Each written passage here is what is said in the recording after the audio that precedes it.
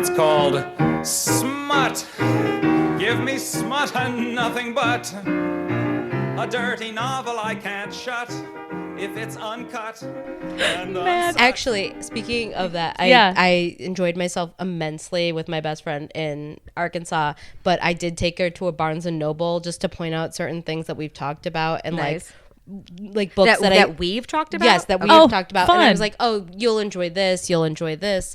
And then we didn't realize this, but Barnes and Noble now has a ton of manga in it. Yeah. Oh, it's yeah. It's a huge section. Yeah. And I that was not the case when I was going to Barnes and Noble or Borders back in the day. Or BAM, Books A Million. Or Books A Million. Books A Million still exists, and they do listen to this podcast. Love you, BAM. At least the one in Fox Valley Mall does. Hello, Fox Valley Mall. Hi, BAM, Right. associates and employees. Right? But I was like pointing out different books, and we got to the manga section, and she immediately started to have like this mini cute meltdown of embarrassment.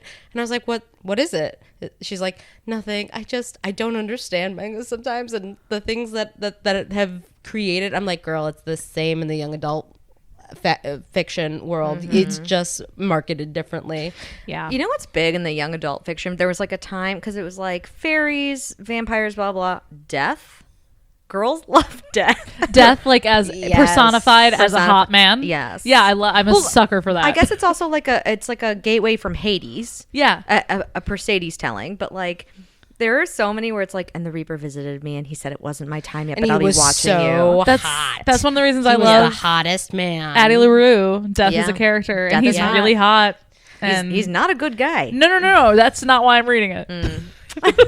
I like You me, misunderstand. I like me a villain. Okay. I like me a villain. I love me a villain. I love me a villain. It's been one of my joys of editing has been some of the fics that we've done this season, and me talking specifically about Tom Riddle. I'm gonna say that episode where you guys, I was able to win you over against your will to Still mad being about it. attracted to Are you the kidding me? villain. Yeah. Are you kidding me? Jacob still will go like, and the blonde one didn't make up, and I will just stop what I'm doing and have a moment. It was so shocking, Jake. Like you, oh God, it was the blonde one didn't make up, and Emily and I go, and Jake is just losing Dying. his mind over there at like the fact that we have like lost it. It was so good. Well, and I've been excellent. I've been reading a lot of Nosferatu fanfic, obviously. Yeah, as you should. Because you it just should. came out, and I watched it and went, well, there's gonna be fanfic about That's this. my kink. And Yeah, welcome to that. It's so good though, but it is like Nosferatu, the rotting corpse of a Romanian gentleman. I have not seen it. I have seen the original in like Yeah. film classes, and like I don't know how he's gonna be hot in the current one because he's so. Do you want me to gross-looking. explain? I don't. Do not worry. I don't think I want He's to. not physically hot at all. I kind of want to see it, so I kind of don't actually want to hear Okay, about it. you should see it. It's really Yeah. really good. It's all vibes and in the best way. I am kind of sad because we're recording this on a Saturday. On Sunday, Tomorrow, we are gonna go see Baby Girl. She's already seen it. I've already seen it. I have not seen I've Baby hooked Girl. her into seeing Baby Girl. I did want to see it, but I think I drag my feet on a lot of shit sometimes when I'm like, I do want to see it. And I'm nervous. It's gonna be I'm great. nervous for the baby girl. I'm Yeah. nervous if I want to be the baby girl. I'm nervous about what it's going to bring out. you Baby know? Girl has my stamp of approval, and I am a very harsh critic of any movie that tries to delve into kink and doesn't do it well. And Baby Girl has my stamp of approval, if that tells you anything. Yeah. So I really liked it. I do get easier secondhand embarrassment though. Yeah. And so I'm worried that there's going to be parts, and I do know a little bit about it, and I don't want to know anything else. Okay. But I'm worried there's going to be parts where it's going to be like them trying to figure it out, and I'm just going to be like the whole time. I feel like the wonderful thing about reading romance novels and reading about kink and reading kink things that are kinky, if you will, via AO3, via book, gives you permission to explore without putting yourself in a vulnerable state. For sure. And I think the thing that changes with that when you're ingesting different types of media is that you can ingest that media all on your own and in the comfort of your home in a safe space. Yeah. And when you are doing it in a theater, it takes on a different connotation. You know what I mean? Like, there's a difference between watching it and reading it. Like that's what I always think. really? Yes, I think there's and I don't do audio. I don't do Quinn. Love Quinn, big fan. I just don't. It's not my thing. So I don't like hearing stuff. I don't like seeing stuff. I already have such an active imagination.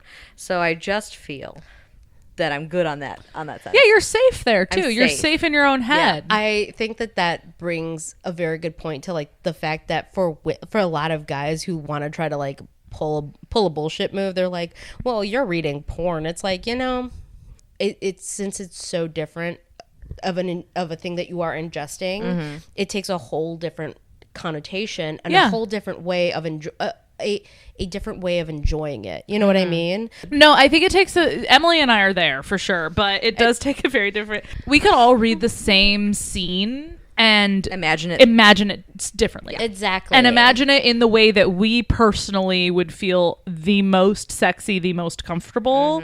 Whereas a movie, you are always watching someone else's interpretation of sex at the end of the day. And that, I think, is where the cringe always comes from for me. And that's also why I always appreciate like a kinky movie that handles like a kinky movie where not everybody is sexy all of the time. And where they're actually like human beings. That's usually what I look for with my movie sex scenes. Like I need a moment of vulnerability. I need like if that's what the movie's about, is about kink and about these people's dynamic, I need them to be humans. I can't do a 50 Shades of Grey where it's like he's just hot and dominant and blah, blah, blah, blah, blah. Like no, that's not fun for me. On the like reverse of that, reading 50 Shades of Grey, you're like, this is so silly, but like I'm having fun because it's ridiculous and like blah blah blah. But that I can watch with your friends, with and my friends ingest it. and get drunk. But also because I know that he's like in my mind a silly character. Right. I'm happy to be like, yeah, he's just hot in this. Yeah. I'm happy to just watch a hot guy. You can with some just turn trauma. off your brain. I feel like that's the thing. I don't know how to say it, but I feel like the action of reading is the active stimulus that a lot of women need to turn their brain off in order to enjoy something sensual or sexy. Yeah. Like it's just the correct amount because it's requiring your brain to do things. It's requiring, an activity, but also if you want to ingest it, you have to. You're like doing something like reading is considered like a betterment. And like, well, I'm bettering myself by reading porn. Yeah. So like, it's easy. I want a man to listen to me. I want him to be interested in me, and I want him to ask questions. And I get that in a book. The bar is in hell. The bar. I once had a guy, and he was like, "Hey, what?" I had told him I did my master's, and he went, "Oh my God, what did you do your master's about?" He leaned on. It was the sexiest thing I've ever seen. He leaned on the bar. And put his hand on his chin, and just waited for you to talk. Yes, with for the people at home, it was like he leaned over in a bodily way to be like, I want to learn more, and I was like, and yeah, it really did it for me. That's all that needs to happen. I hate to say this because he's in the room, but Jake did one of those this weekend where to another woman. No, you bitch. It was for me. They upped my Adderall dosage and I took it too late. And so when it was time for the come down of the Adderall, I was like, I could not shut up. I was yapping. I could not. I was yap. And I looked at Jake and I went, I am so sorry. I just talked at you for 45 minutes. That was very generous. 2 hours. I was like, wow, that was generous. He's here. I can't lie. 2 hours. I've been on dates like that before. Yeah, we did not do a second date. No. And he straight up looked at me like, I love when you yap. And I was just like, oh, stop it. The romance. I'm gonna vomit. And then he was like, I hope you yap at me for the rest of our lives. And I was just like, oh my God. Jake. I'm going to go take an Advil PM so eventually I can shut up. Speaking of Advil PMs, welcome to Femmes Reading Phil. I'm Emily. I'm Jess. And I'm Andrea. And it's our last full normal episode of the season. Yeah. So sad. I'm really sad. I am too. This season has been so fun. I have never had more fun. Yeah. Although I don't know. I mean, we are going to go out with a bang because this is the first time we've ever done two different, possibly actually, we don't know. Different tropes. Yeah. Because you assigned us least favorite tropes. Yes. And so we didn't do like research. We're just going to tell you what Yeah. our least favorite tropes I was are just about and to why. say, what, so how would you guys like to arrange this? Would you like to tell me and then discuss? I actually think, I think it'd be fun. Do you want to guess what our least favorite tropes are? And then we can tell you. And Jess is going to go first. The way I've structured my notes is just outlining what I hate as I tell the story. So if you're open to it, to me telling the story, and then after you can guess what you think or tell me what my least favorite tropes are, we can go from there. I love that idea. Does that work with yours though, Emily? I mean, that is not what I did at all, but it would be fine. Okay. Do you think I could guess? Do you want to try and guess first, and then we won't tell you? Yeah. Guess try and what you think ours are. Each of Each of ours. All right. This will give a good. Okay, this will give a good long afterwards because Also, we will definitely be talking about this. Can I just say for the people listening and not watching, because we're not, we're all we're drinking gin and tonics. I have done some heavy pours, and this is going to be a loose and fast. And Cheers! Clink, clink, clink, clink, clink. Put my mic up so we can all hear the clinks. Emily has the Cheers cutest to our glasses. associate producer. Thanks for Cheers. being here, Jake. Thanks. Anyways, So go ahead enjoyable. and guess our least favorite trope. This is here's the thing. Like we established, I love to hate. But when I hate things, I want to know everything about them. So Yeah. tell me everything you learned. Mull, tell me everything. Oh, from my story? Yeah. Oh, you don't want to take a guess? You don't want to guess first? Should I? Oh, am I supposed to guess? Well, Yeah. we're going to say, do you want to guess? We won't tell you. I thought you wanted me to guess after, and then you will. I then say will guess figure. first. Guess and then first, and then after we can debrief. Yeah. I'm going to. I know that we all have feelings about surprise pregnancy. Yes. But I think that you would. I maybe you would go deeper than that. No? Yeah, I think you would. Okay. Yeah. Don't tell her anything. I have multiples in my story. Okay. Yes. So I'm gonna guess that your least favorite trope is a third act breakup. Ooh. That's interesting. That's an And the interesting reason I would say that is because you are such a component for good communication and such a good communicator yourself that I believe that you would have little pity and little patience for it. I can tell you this right now because it's not in my story, but I absolutely hate it when that happens. Because it always feels so contrived. It always feels like, okay, they got together and we're all happy, and now the author needed to write another 100 pages, so they're gonna figure out a way for them to break up. And my thinking is always, why? For what? There's usually because not you need a great another reason. 100 pages, and you can read that in The Man Across the Alley and The Robbery Across the Hall. Yeah, I'm just putting it out and there. you should. But And it's done so well in those books. I'm sure it's done well in those books. Most of the fics that I read where that happens, especially fan fiction, because I'm like, you are beholden to no one. This can be as long or as short as you want, and you decided that you wanted to add this, but Yes. in my brain it's not justified, and Yeah. that's usually what makes me mad. I have read them where it's worked, but they've been building to I like when that it's conflict. justified because they're enemies maybe the whole time. Right. And it's on, off, on, off, on, off. That I'm fine with. I'm okay with. Yeah. But third act breakups really do bother me when they're like not done well. Yeah, that happens. Unlike in The Man Across the Alley. right. Because that happened in the Silco reader fic that I sent you, and it almost lost me because of that. Yes. I have another one that I think you know what? Maybe I'm going to give this, and I could be completely wrong. Okay. Do you not care for I cannot say this word. Degradation? Yes. Oh no, the Degradation. complete opposite. Okay, that's it Which was going to is- be one or the other, where it's like praise, absolutely, amen, or Degradation is akin to a bully romance, which you don't like. Yeah. So that's let me tell you about the flavor of degradation that I enjoy.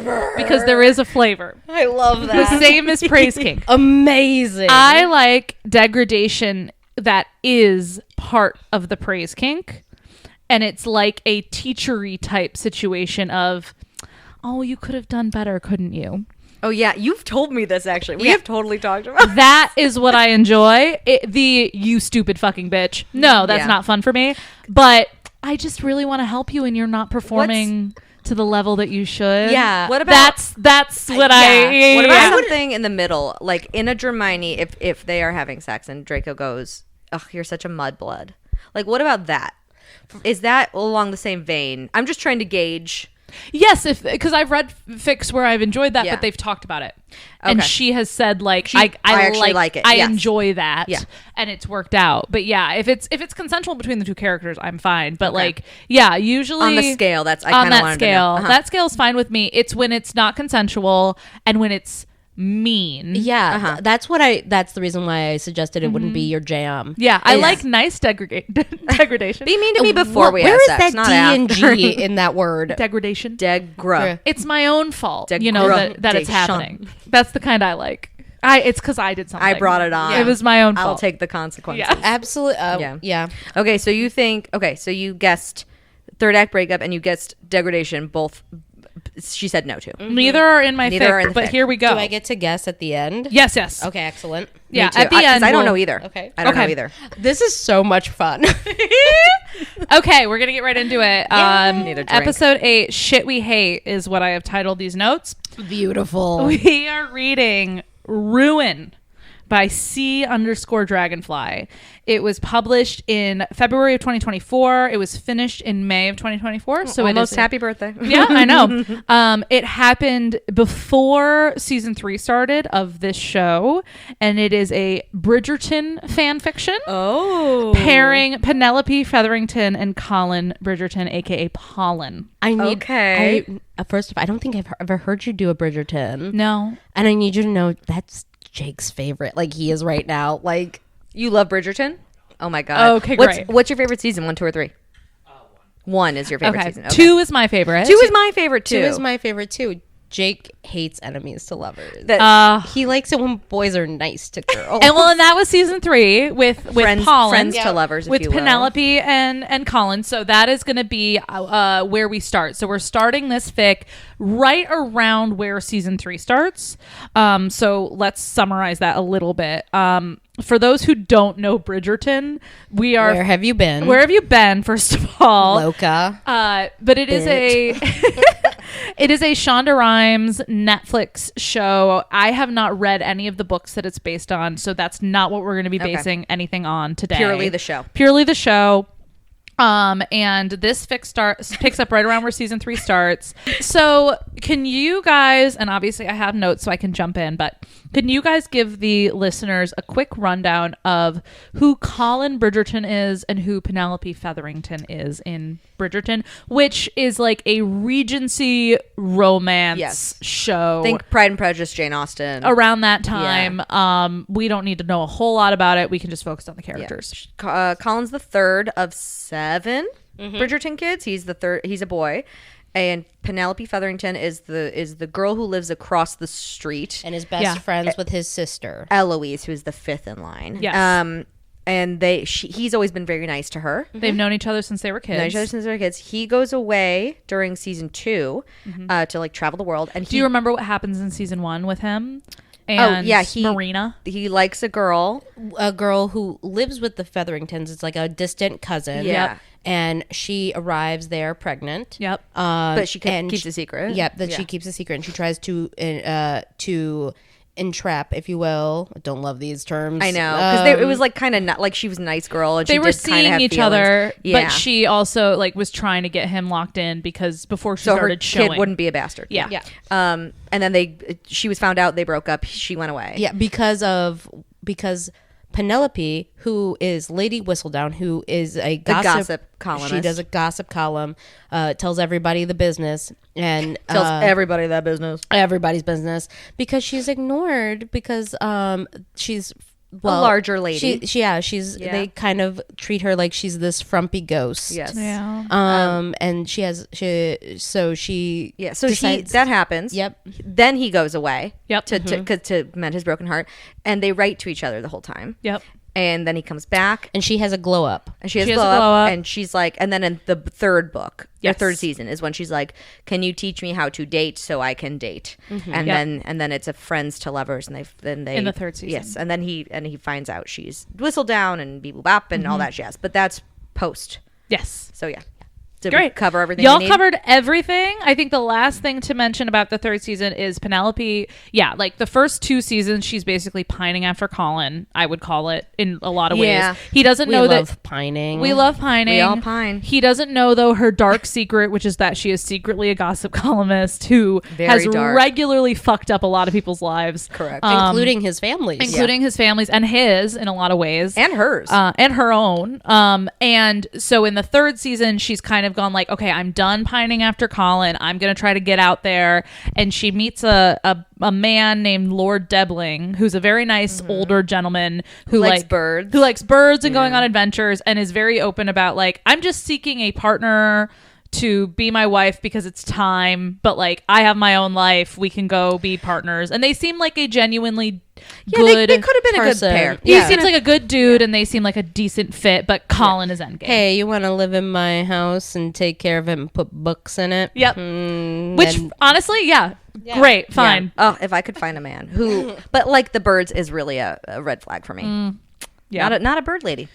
So I think we've covered most of it. If anybody is still in the dark that's listening, I would just Google Bridgerton and look at that. But Also, where the fuck have you been? where the fuck have you been? Jonathan Bailey. Oh my. Jonathan Bailey. This is also a big part of why I love season 2. Gonna I have love to an enemies to lovers, and I Wipe love me the some Jonathan couch Bailey. after we all talk about Jonathan Bailey. That man is something else. He's not really in this fic, but goddamn. So Lilacs. That's the best part. So I'm going to, first of all, a very important disclaimer. I'm going to tell this story by systematically going through all the tropes it uses that I hate as a storytelling device. However, no shade to the author, because this is written really, really well. She wrote it. I'm assuming a she, probably a she. They wrote it really, really well. The dialogue is great. The characterization is spot on. I'm going to be probably quoting some things because it's so spot on. It's me. Hi, I'm the problem. It's me. No, here's the thing. That's why I gave you guys this challenge, because the truth is that you can enjoy even tropes that you absolutely hate if the writing is good enough. Yep. we'll see. Yeah. All right. Ready? I'll be standard corrected. Any questions? Anything else before I get into it? Excellent. All right. Chapter 1. Let's get drunk. Penelope is in a library up against a bookcase being kissed and touched in the dark at a ball. Oh. She feels icky about it. Oh. She doesn't really understand why people like this. It's wet. It's a little awkward. Her tummy is like, like it's not. She's a tummy problems She has girl. tummy problems. Me both. She had asked this suitor for a kiss because she wanted to know what it was like, because she had never been kissed at a ball before. And then she kind of let it go too far, because it initially happened and she was like, I don't really feel anything. Maybe I'll let him keep doing things. Maybe that'll do it. And it At wasn't some working. point, this spark will spark. I feel Yeah. like. This is all what been there. This is what we do, right? But she hears while she's up against the bookcase, she hears footsteps outside and laughter, and realizes that they have been found in this side room at a ball by some ladies, and they start to laugh at her. That is. Oh shit. Oh, Oh, shit. they literally found her. Like they saw found her. them entwined in the library and start to laugh at her. And That's then, mean. And then she wakes up. Oh, you sassy minx, you. But it did actually happen. She has just had one of those horrible dreams where you are reliving a horrible memory. Oh damn. That's so.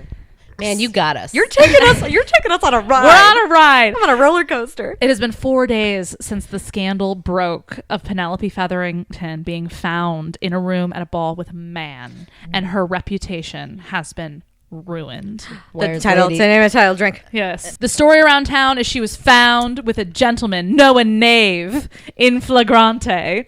The cad had disappeared, left London without a proposal. He'd abandoned her. What a pig. I hate the ruined woman trope. Yeah. I don't like it. It's a bummer. It's a bummer because it genuinely probably ruined a lot of women's fucking lives. I have a question. Yes. Do you hate it because it is something that is just so subjective to women, or do you hate it because it is something that when you are reading you feel is too much of a give, like, you know what I mean? Both. Oh, okay. I hate it because it feels in a lot of ways sometimes, especially for Regency era things, it feels a little too easy. But more than that, for me, it's too real because truthfully, It was a real thing. It was a real thing that ruined a lot of women's lives, and and sometimes happened even if they weren't doing anything wrong and somebody just wanted to fuck with them, and it just causes all these feelings in me that I do not have fun with.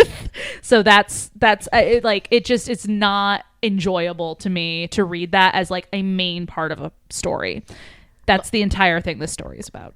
So she's ruined. Everybody knows it. Chapter 2, Colin is returning home from his travels abroad. And he's so excited to see his family, and he's thinking about how, like, oh well, tomorrow I'll call on Penelope. I love that And black it'll be- lab. he doesn't know, and it'll be like so nice to like see her again because we've been writing.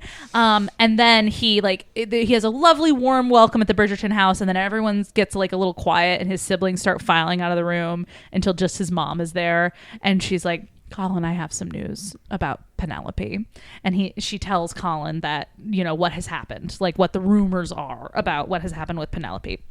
And she also says, you know, Penn's mom is trying to figure out a way to basically get her to leave because she's not going to be able to fix this, and she's also ruining the prospects of her sisters. She has fully brought down the reputation of the Featherington women, and they want to get her the fuck out of here. So Penelope will probably be leaving within the week because her mom just needs to get this out of here so that the scandal dies down. To the country. And he stumbles to his room blaming himself for not communicating with her more. Maybe if he had just written her more, she wouldn't have felt like she had to do this with another man. Innocent, naive, foolish Penelope. He knew she would never do this. It must have been that man that forced her to be in this situation.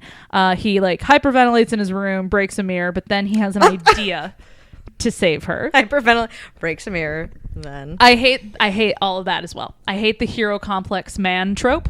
I hate the dude that's like, oh, this was my fault somehow, and I'm gonna feel a lot of feelings about it. Crazy how the title of this entire show is Femmes Reading Filled, and you're like, this anti-feminist bullshit. Yup. I think it also, as we get older, I mean, me personally too, because I used to be like, that's nice that he wants to help her. Gallant. Well, I like the idea that he wants to help. I Yes. don't like the idea of it's all my fault. But I'm like, I wonder if I don't remember. I've done a lot of drugs and drinking, but like, sorry, mom. Like if I was 21 and I read that, would I be like, oh, love that. Totally. You know what I mean? Yeah. I like how my mind has gotten better. I like the hero complex man 75% of the way into my book. I don't like it 2 chapters in as Okay. the first reaction to. I'm gonna be so That's- real. so I like just that. never want to hear a man's perspective in a book. Like, it's very rare. That's not. I like Butcher and Blackbird male perspective. Have you ever noticed though with Butcher and Blackbird and all of her books, it is her plot, and then the boy talks and it goes, she is divine. I actually love that because she is the smart one. She is the one pushing it She's along. driving and he things. just goes, I fucking love her so much that I will do whatever she wants. I go, that's what I want. I want someone who pushes me, but also is like, yes, I am obsessed with I you. think that- I want someone obsessed with me in a consensual way. I think that there's nothing wrong with that, but have you noticed that he has no thoughts? Yeah, Just that's vibes. honestly, She yeah, is divine. she is divine. I love that. All right, chapter 3. The next day, Colin. Does each chapter have a different trope? Well, I tried. Yeah, That's so I funny. tried, Amazing. I, I love I that. tried to pick one for each chapter that I didn't like. Dude, you killed it. You yeah, You're just so good at this. thank you. I'm Yeah. really good at homework. I should have really gone first because this is way better than what I'm going to bring to the table. We could just edit it. We'll edit it later and just switch flip them. it. We'll have Yeah. another one of these. It'll be great. yeah. At the break, we'll have another We're gonna have one. another gin tonic. Absolutely. Chapter 3. Colin visits Anthony, his hot older brother. That's right. The next Lilacs. day, and tells him, "I've had an idea. I know how I can save my best friend Penelope. We have to get married. We have to get married to save her reputation. She's a ruined woman. No one wants her. The man that she was caught with left town and is not marrying her, which is Forced marriage trope is which that is your why jam? it's a Forced scandal. proximity. And so Colin's like, I know I can be the gallant man that steps in and saves her and marries her. And then if she's married, her reputation is saved. Like, it's not a big deal. Like, everyone will be fine with it because she's a ruined woman and we just need to get her off the streets. I know I've read this trope and I've liked it, but somehow You don't like it now? no. I didn't either. I like it.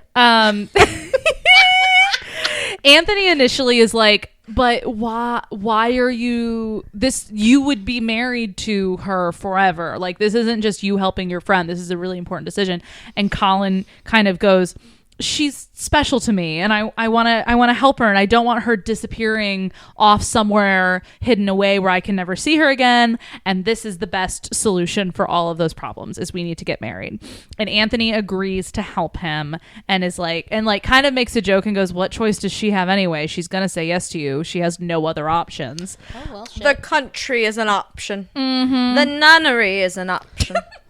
Well, so Anthony actually establishes a plan where they're going to go to like one of their country estates to elope, basically, and run off, get married, and fix the whole thing. Okay. So that's the plot, right? Penelope, when Colin goes to the house later that afternoon, his first thing is like, she looks so tired. She looks exhausted. She like receives him, doesn't even really. What a compliment. Oh yeah, right? Isn't that nice? She just, he can tell that it's been really weighing on her, and she's like, you shouldn't be here. It's a risk to your family's reputation for them to even see you coming into our house because I'm so ruined. And he's like, I have come to ask for your hand in marriage. And she laughs and says, that's unnecessary, Colin. I'm gonna marry you, but you look rough. Here's some concealer. Let's get a bouquet. That green stuff under your eyes. Penelope's like, you don't love me or want to marry me. You're just doing this to help me. Like, I won't have it. I can't do that. And he goes, well, friendship is a solid foundation for a marriage, and we're such good friends, Penelope. And she admits that she overheard him at a ball last year. Saying that he didn't want to court her and that he's embarrassed of her, which is canon in the first season, I think so. Like he's talking to dudes at a party and maybe the second one, and she overhears him kind of being like, oh, Penelope, I'm not interested in her. We as the audience know that he was saving face, but she doesn't know that. I was just about to say, it's so crazy if he would have kept up with that like while telling her that we were going to get married, instead of being like, no, I'm a nice guy, somehow I'd be more into it. I'm saving you, but I would never date you. I would never date you. I'd save you, but I'm not gonna touch like, you. If you were like, if he was kind of a jerk about it, like, I'm doing you a favor. Like, I don't know why. I'd be like, all right, continue. Yeah, that's fine. Because that's 3 Dramini fics that I've read. That's why. There it is. That's why. And back to Bridgerton. Back to Bridgerton. And she says, ultimately, you're only doing this because you think you want to save me, and I'm not going to marry a man who is ashamed of me. And you have said that, like, when I overheard you talking to those gentlemen, you said that I was like embarrassing, or what did he say? That she was like ugly and that he would never marry her, basically. And she was like, I would never dream of courting Penelope. Wow, that came to the forefront real there quick. You go. And she's like, I can't marry a man who feels that way. Like, my pride and my self-worth, it won't let me do it. This is all very relatable and understandable, and yet still it's a lot. Yeah. I have a hard time with the kind of, but I'm just so ugly and gross and you don't like me, and she's on her period. That's what it is. She's gone through a lot. The next day she is talking to Genevieve, who's the seamstress in town, who she's kind of struck up a friendship with, because Genevieve knows that she's Lady Whistledown, and they are kind of like companions in that way, where Genevieve is helping her and they're both women in business for themselves. And Genevieve says, you are a proud fool for not accepting Mr. Bridgerton's proposal, because what else are you going to do, girl? You gotta, this is your option. This has been presented to you. She says, you may be able to survive on your own, but you will be rejected by your own world for what you've done, and you'll be rejected by mine because of the upbringing you've had. Ooh. You will live a lonely life. That's good. Mm-hmm. That's good. Good writing. And Penelope puts her head in her hands and says, but he doesn't love me, and he can't find out about Lady Whistledown. But ultimately, she decides to accept his proposal. Colin calls the next day and apologizes, and she basically says, okay, I'll marry you. Like, I don't understand, though, why you don't want to marry for love. That's something that all the Bridgertons do, is they marry for love, and you're not going to be marrying me for love.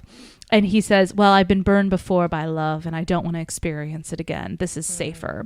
And she thinks about Marina, the woman who was pregnant and whose relationship she ruined as Lady Whistledown. And she's like, oh, it's been 3 years and he couldn't even love another yet because he was so in love with Marina, and he loves her so much, clearly, because he could never love me, and I ruined that relationship. And, he could never see me like that because I'm not as beautiful as Marina. And also, we're just friends. But I guess I'll marry him. And we get this whole spiral of her just shitting on herself and being like, but he's so in love with this other girl, as he gets on one knee to propose to her and says, and she's freaking out. And just as her sister busts in to go, oh, Mr. Bridgerton, you've saved us, she says, Colin, I need you to know I'm Lady Whistledown. As the sister comes in? As the sister So now, comes in. wait, which sister? Does it matter? Doesn't matter. Okay. I didn't write it down. Doesn't matter. So now the sister knows and Colin knows.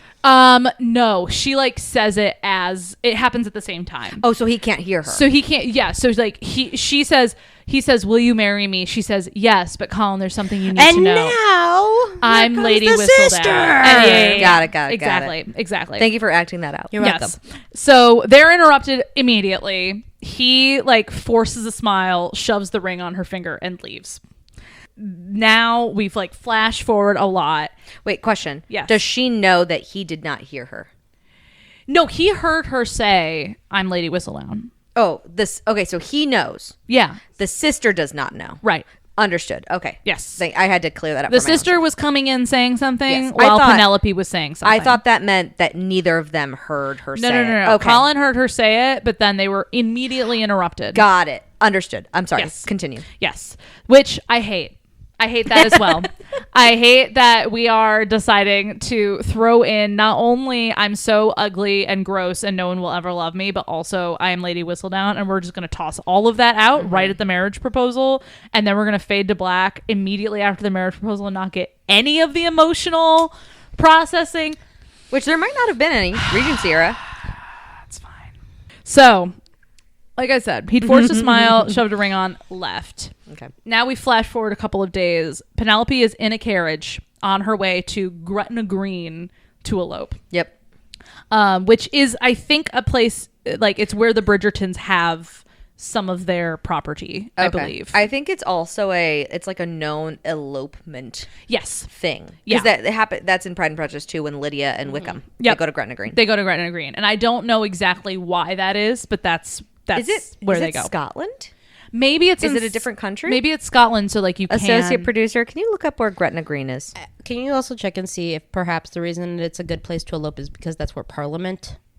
Yeah. Can you also see if it has nice views? Hey, Jake. Does it have like a wedding venue? It is a real place. It is a Thank real you. place. It's a real place. All right. Parliamentary debates about marriage. Okay, so I'm picturing it as kind of like Put that down. Oh, thank you. like an area of the country where they have their own unique laws about elopement, and you can Okay. get it done quickly, and whatever. And It's more also- favorable. Also where the Bridgertons have a house. Also- Let us Bridgerton have a never house. forget, marriage is part of bureaucracy, and bureaucracy takes place in Parliament. that. Well, yes. Gretna Green. Yeah, there you go. You're right. Okay, so she's on her way. They're both on their way, but he decided not to ride in the carriage with her. So it's just her and her lady's maid. He rode ahead on his horse in the rain. What a punk He's ass gonna get bitch. sick. It's pouring rain. For 2 days, she has tried to talk to him about Lady Whistledown, and he has just fully just not talked to her at all because he's feeling a lot of feelings. They have to stop at an inn to stay the night because it's like a 3-day carriage ride. He opens the carriage door for her but won't make eye contact with her, won't talk to her because he's so in his feelings, which I hate. Men with feelings is annoying. It's hard sometimes when it's all wrapped up in the ego. The next day she's had enough. They're on the road again. It's raining again. He's on his horse again. And she knocks on the roof of the carriage and it stops, and he wrenches open the door soaking wet and is like, what's going on? Are you okay? And she goes, get in. We need to talk. Get in, loser. Get in, loser. And he does. and the lady's maid is just like in the corner trying to not hear. Waiting. He gets in, but he's like, we shouldn't talk about this. It's best not to. It'll just make us both upset. And she insists she can explain why she's been Lady Whistledown. And they get in an argument about it. Where's that lady's maid? I know. I don't think she's switched. I don't think she's actually in the carriage for this run. I don't remember why. Because it's raining, and she's like, I need to talk to him alone. And she's like, but it's a little bit wet outside. Get out. Go. Sit next to the guy who drives the carriage.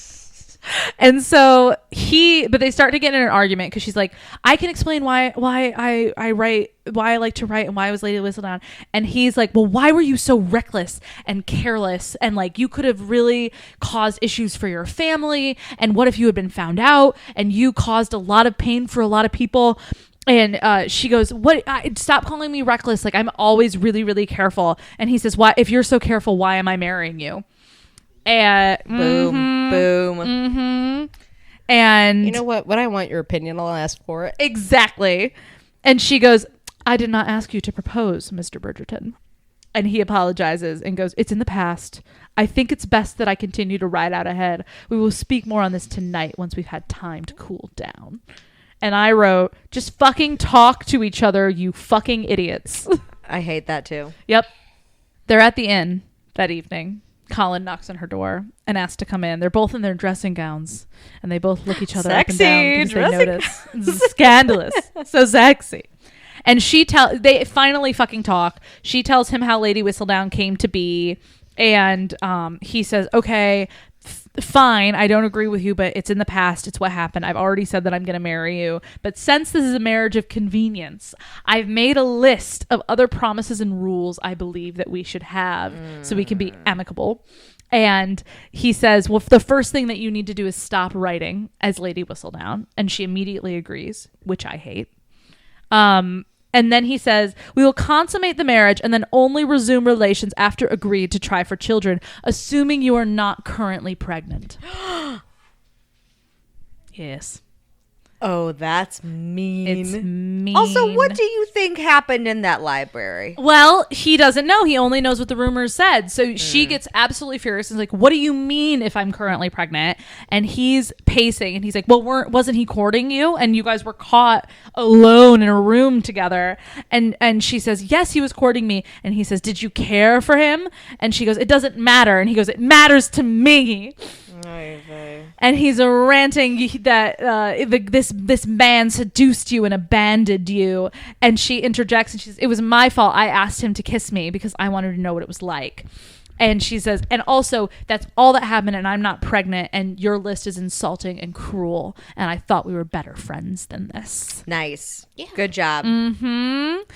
She thanks him, though, which I hate, for bringing shame upon himself and his family to save her, and says that. Well, did she say that in like a thank you for, or like thank you? Thank you for bringing so much shame upon yourself and your family to save me. It really does mean a lot. Okay, so she actually meant it. I was hoping it was smart, like snarky. No. And he says, I'm proud to have you as a wife, even though I'm not the man that you wish to marry. And then he kisses her. Here's the thing. Biggest eye roll. I was about to say, if people watch this instead of listen to it, they're gonna see so many of it. I was just about to say, don't drink when you see an eye roll. You will die. Yeah. You will die. You will die if you decide that now is the time to start a drinking game. We should have poured a heavier pour is what we should have done. If that's the case, we would be dead as well. Yeah. Because every time you and I can feel it. I'm like, oh my God. And this is one of the tropes that I hate, of just no real communication. Both parties are assuming that the other one doesn't want them and that they are doing each other a favor. Yeah, I hate and that. No one is talking about it. And all you're reading is everyone's internal monologue about how gross they are and how the other person is clearly in love with some other person. It couldn't be me. I don't feel like Colin Bridgerton at any point thinks that he's gross. I think he thinks he's great, and that's the problem I have. No, you're right. I think you're right. Yeah. I think that's the problem I have, is that Colin Bridgerton's in there like, I'm great. Like, I'm helping so much. I'm doing so... He's like my least favorite of the guys. Anthony number 1. Benedict could get it. Yeah. Benny boy could get it. It's Anthony, Benedict, their dead dad, Colin. Bee stung dad. Yep. Listen, I heard that you like to get your wife flowers above Colin. Wow. Okay. Continue. So that night, Colin cannot sleep. He's filled with guilt. Because they kissed. And then she gasps in the middle of the kiss, like a turned on, I'm enjoying this gasp. Mm-hmm. But he goes, she hates me, and pulls away, apologizes, and runs out.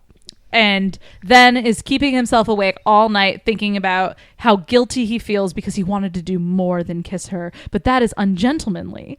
That would be so ungentlemanly if he did that. I had another eye roll. Yep. I should really start counting these.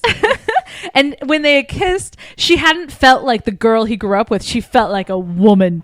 But he is a gentleman, and he's supposed to be in control of his feelings. And he must remember that she is his friend, quote, an innocent, unquote. She's so innocent. Our you faces. Guys. I don't think I need to explain why I don't like that trope. He's consumed with the idea that she loves the man that she was discovered with, who abandoned her, not him. Would we never learn his name? Not yet. Let's call him Todd. And Todd. Yeah, she's in love with Todd. she's in love with Todd. She must be in love with him. She couldn't be in love with Colin. And Great. sorry, hold on. Love that, bro. There we go.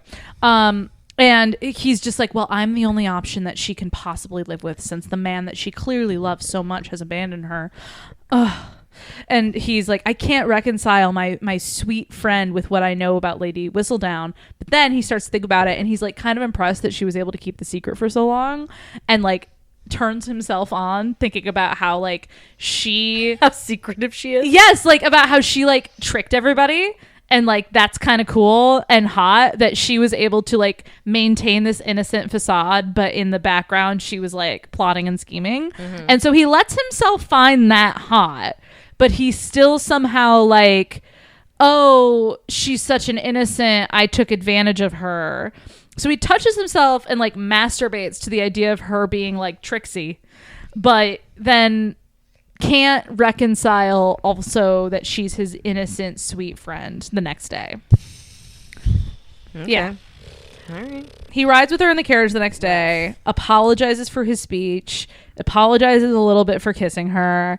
And he's like, we'll be far happier married as friends than any other, probably. Besides, it's a kind of love, friendship.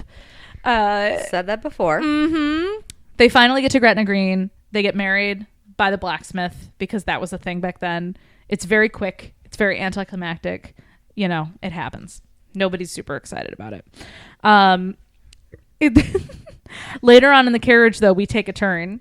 He says we can't allow the marriage to be annulled, so we have to have a wedding night tonight. So we gotta bang. We have to fuck tonight Gotta bang. to make the marriage legitimate. Well, if you gotta. We gotta. Hardship. And when he says that, he slides closer to her in the carriage, takes her hand, and says, I'd like to show you just how wicked I can be. And he felt her hands tremble. She was nervous. Of course she was. She was an innocent. I hate this story. I just don't like Colin. Right. Period. Right. Period.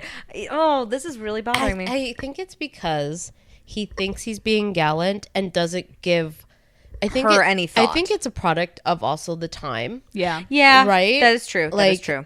There's a lot of season 1 that I don't like, and there's plenty of season 2 where she's just like, I am going back to India. Yes. Yeah. You know what I mean? It's just like, all right. I do think that the problem of the time period is part of the trope that we do not care for. It adds the extra kind Yeah. of like male ego bit of his actions, where it's like, oh, I have to be the gallant hero that comes in and saves my innocent, sweet friend who couldn't, obviously didn't know what she was doing when she was caught with a man. Like, it's that kind of like almost talking down to her in his head, because he assumes that she couldn't fix it for herself. That's what it is. He is talking down to her pretty much, and that's bothering me. Yeah.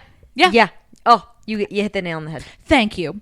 But they do have a hot moment in the carriage, because he asks her, again, I don't find this super hot, but I understand. He asks her what she knows about sex. She says, I know that a man has needs and that I should lie still and quiet as he sees to them. And you think that's hot? No. And he says if you are able to remain still, then I have not done my job. Okay. I intend to have you squirming, my love, begging for me loudly. And then he starts to describe things to her while they like make out, and he starts to kind of be like, what if I touch you here? What if I touch you there? Right. So they have a hot moment because they both stop fucking thinking about how gross they both are or whatever. And they Yep. communicate. And there's some communicate. dirtily. Yes. Amen. Is that a word? Dirtily. Later that night, she's in her room waiting for like the wedding night to happen, and her maternal monologue is like, he's probably just gonna have sex with me tonight to consummate the marriage and then leave me alone until we want children because he's so in love with Marina, right? That's her name? Yeah, the cousin. Yeah, he's clearly so in love with Marina, not me. So at least I'll make the most of this one night we have together. This is the only night that I might get with him, and I'll just really savor it because I'm in love with him, but he doesn't know that, and he'll never love me. Yeah. Is the problem that we just get each other's, like, each of the characters' point of view, and they're both terrible? Yeah. Yeah. Oh, I think so. found it. So they have sex. It's lovely. I will say it is lovely because they communicate, because like he comes up behind her and is like kissing her neck, and he's like the whole time at the beginning he's like giving her compliments because she like says, you know, I do not want your platitudes, Colin. I know how I look. I know I'm not beautiful or exquisite or any one of your poetic banalities. Do not insult me by lying to me. His expression softened and she wanted to scream. Do not pity me either. And he like very softly starts to kind of like come up to her and be like, no, I love your neck, and kisses it. I love your hair, moves it, etc., etc. So they have like a little moment, and then he makes her watch herself in the mirror as he eats her out from behind. Oh, So, you know, I wasn't expecting that. me neither. It Interesting. happened. Like I got to those two paragraphs, was like, all right, Colin. He learned it on the continent. He did.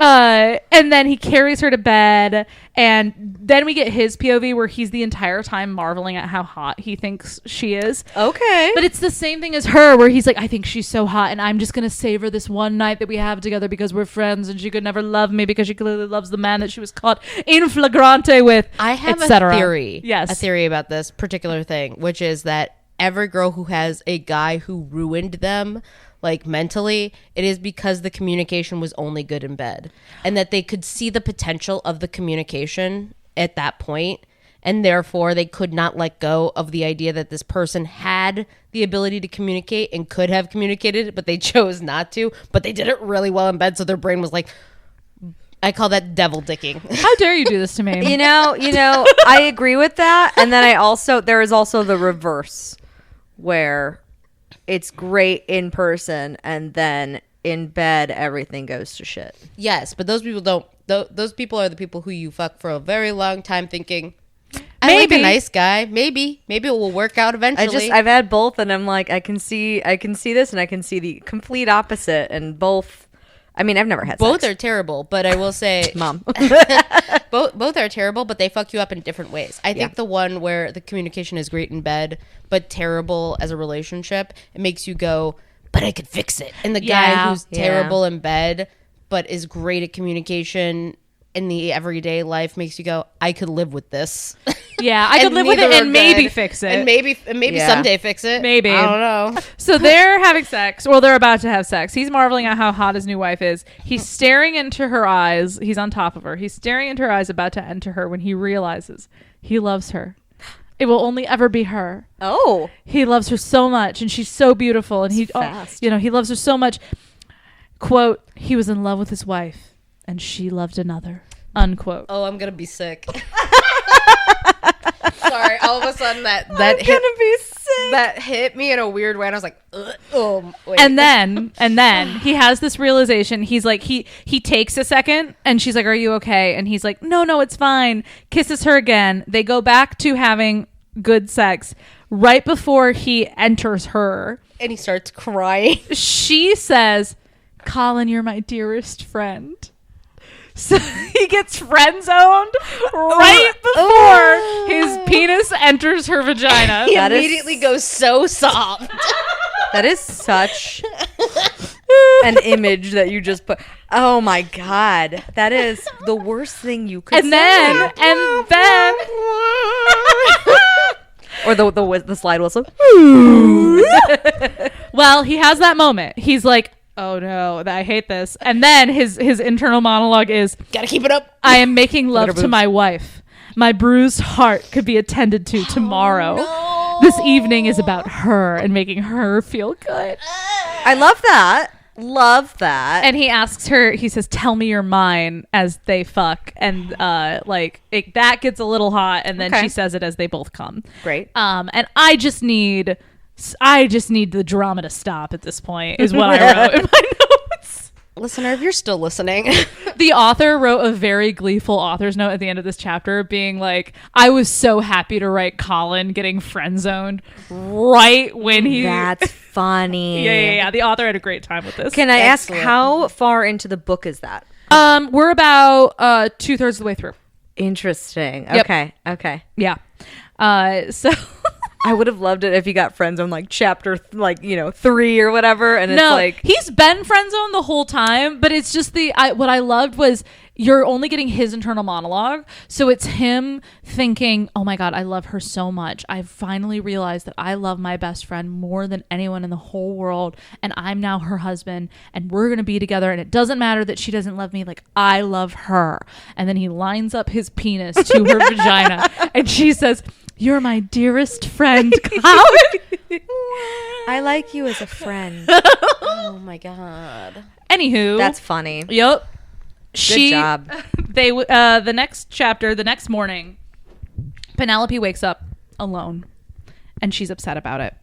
And she insists that her maid ride with them in the carriage home because she feels rejected and she feels sad because she feels foolish for wishing that he'd stayed, because she said, well, he doesn't love me and that was just the consummation. It didn't mean anything. It was just him doing his duty and whatever. And she picks a fight with him at dinner and says, you know what, you should get your own room. We've already consummated the marriage. We don't need to stay with each other. And he does. Meanwhile, the maid is like, yes, I know. I get to stay inside tonight. Inside. I don't have to ride the horse in the rain anymore. She's up pacing, fretting about her behavior when she hears him at her door at another inn that they're at. And there have been a group of men outside the window that have arrived and have been talking. And she lets him into the room and she's like, Colin, what are you doing here? And he's like, I can't let my wife sleep alone when there are men outside. I need to be here to protect you because there are men here and you're a woman alone. I mean, he just wants to be with her. He just wants to be with her, but that's his excuse that he gives, which I hate. Don't like the excuse, like the intent. Yeah. Meanwhile, that maid is back outside. She's back outside. She's sleeping on the floor. You don't think she's in the in barn. Another room? No, they were cheap. She sleeps in the closet. Yeah. And then they Back in finally there. talk a little. Okay. And she finally he says, why did you pick a fight with me earlier? And she admits that she thought that he consummated the marriage with her out of duty. And he looks absolutely shocked and says, that's not it at all. Do you want to keep sleeping together? And she admits that yes, she does. And he says, well, we need not fight it, darling. And they bang. And she says, you should stay with me tonight. I need you to stay. And he does. What a crazy conversation you can have. Are you horny? Yeah. Oh my God, crazy. We can be horny together. I guess horny we can together. do this. I have a question. There's a word for vagina that I have encountered a couple of times, and I need your opinion. I feel like I know what it is. What's your guess? Is it going to be cunny? Yes. We are friends. We are friends. That's Oh, amazing. I hate That is a the word. Regency era. That's a historical cunny. C-U-N-N-Y. I hate it. It's amazing. gross. It's yucky. I don't like Watching the two of you guys do that, I was like, flower. it. Whenever Whispering eye. the moment I hear flower, I'm like, no. No, flower is virginity. I want to give you flower. my flower. No, cunny is like Cunny is dirty talk, talking about. I want to be up in your cunny. Cut that. No, don't. Okay, thank you. I needed that validation because every time I don't like it. every time I'm reading a sex scene, and because you also don't know that that's what the author's going to use until you're halfway through the story Yeah. and they're having sex for the first time, Yeah. and then they'll throw out the word cunny, and I have to go, well, I don't know if I want to finish this. Question: is it him saying it or is Yes. it the author describing it? It's him saying it. Okay, You're I more don't okay like with it. that? I'm okay. I would rather that than the author be like, and her cunny was wet. Oh, yeah. Yeah, I don't like that. No. If It's he's him using referring it- to If her. he's using it in a dirty talk, I understand it. It's of the time. Yeah, I still don't. Not my don't like it. favorite. I know. What do you think of Cunny, Andrew? Wait, I absolutely hate that. Had you ever encountered that? I have, and I want you to know I have changed it in my brain. I'm like, I know I've read that word, but I'm going to be so real. Sometimes when I really hate something, I will just change it in my brain when I'm reading. That's a superpower. Good that for you. was one of the most best friend moments we've ever had. That was amazing. Watching you That guys was do so that good. was like the equivalent of starting that improv game where you try to say the same thing at the same time, and you guys getting it on the first word. Yeah, that's pretty good. I'm pretty proud of that.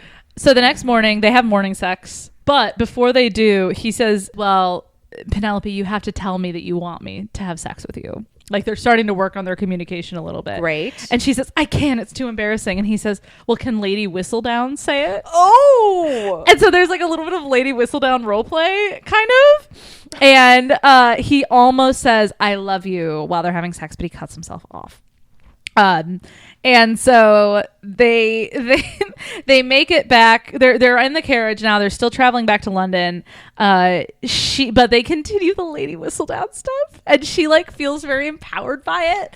And so she ends up pretending to be embodying Lady Whistledown. She gives him a blowjob in the carriage. okay. And like tries to take charge. That and man is back outside. Oh yeah. One bump in the carriage. Everyone's dead. The teeth come out. And this is again because I hate the purity trope.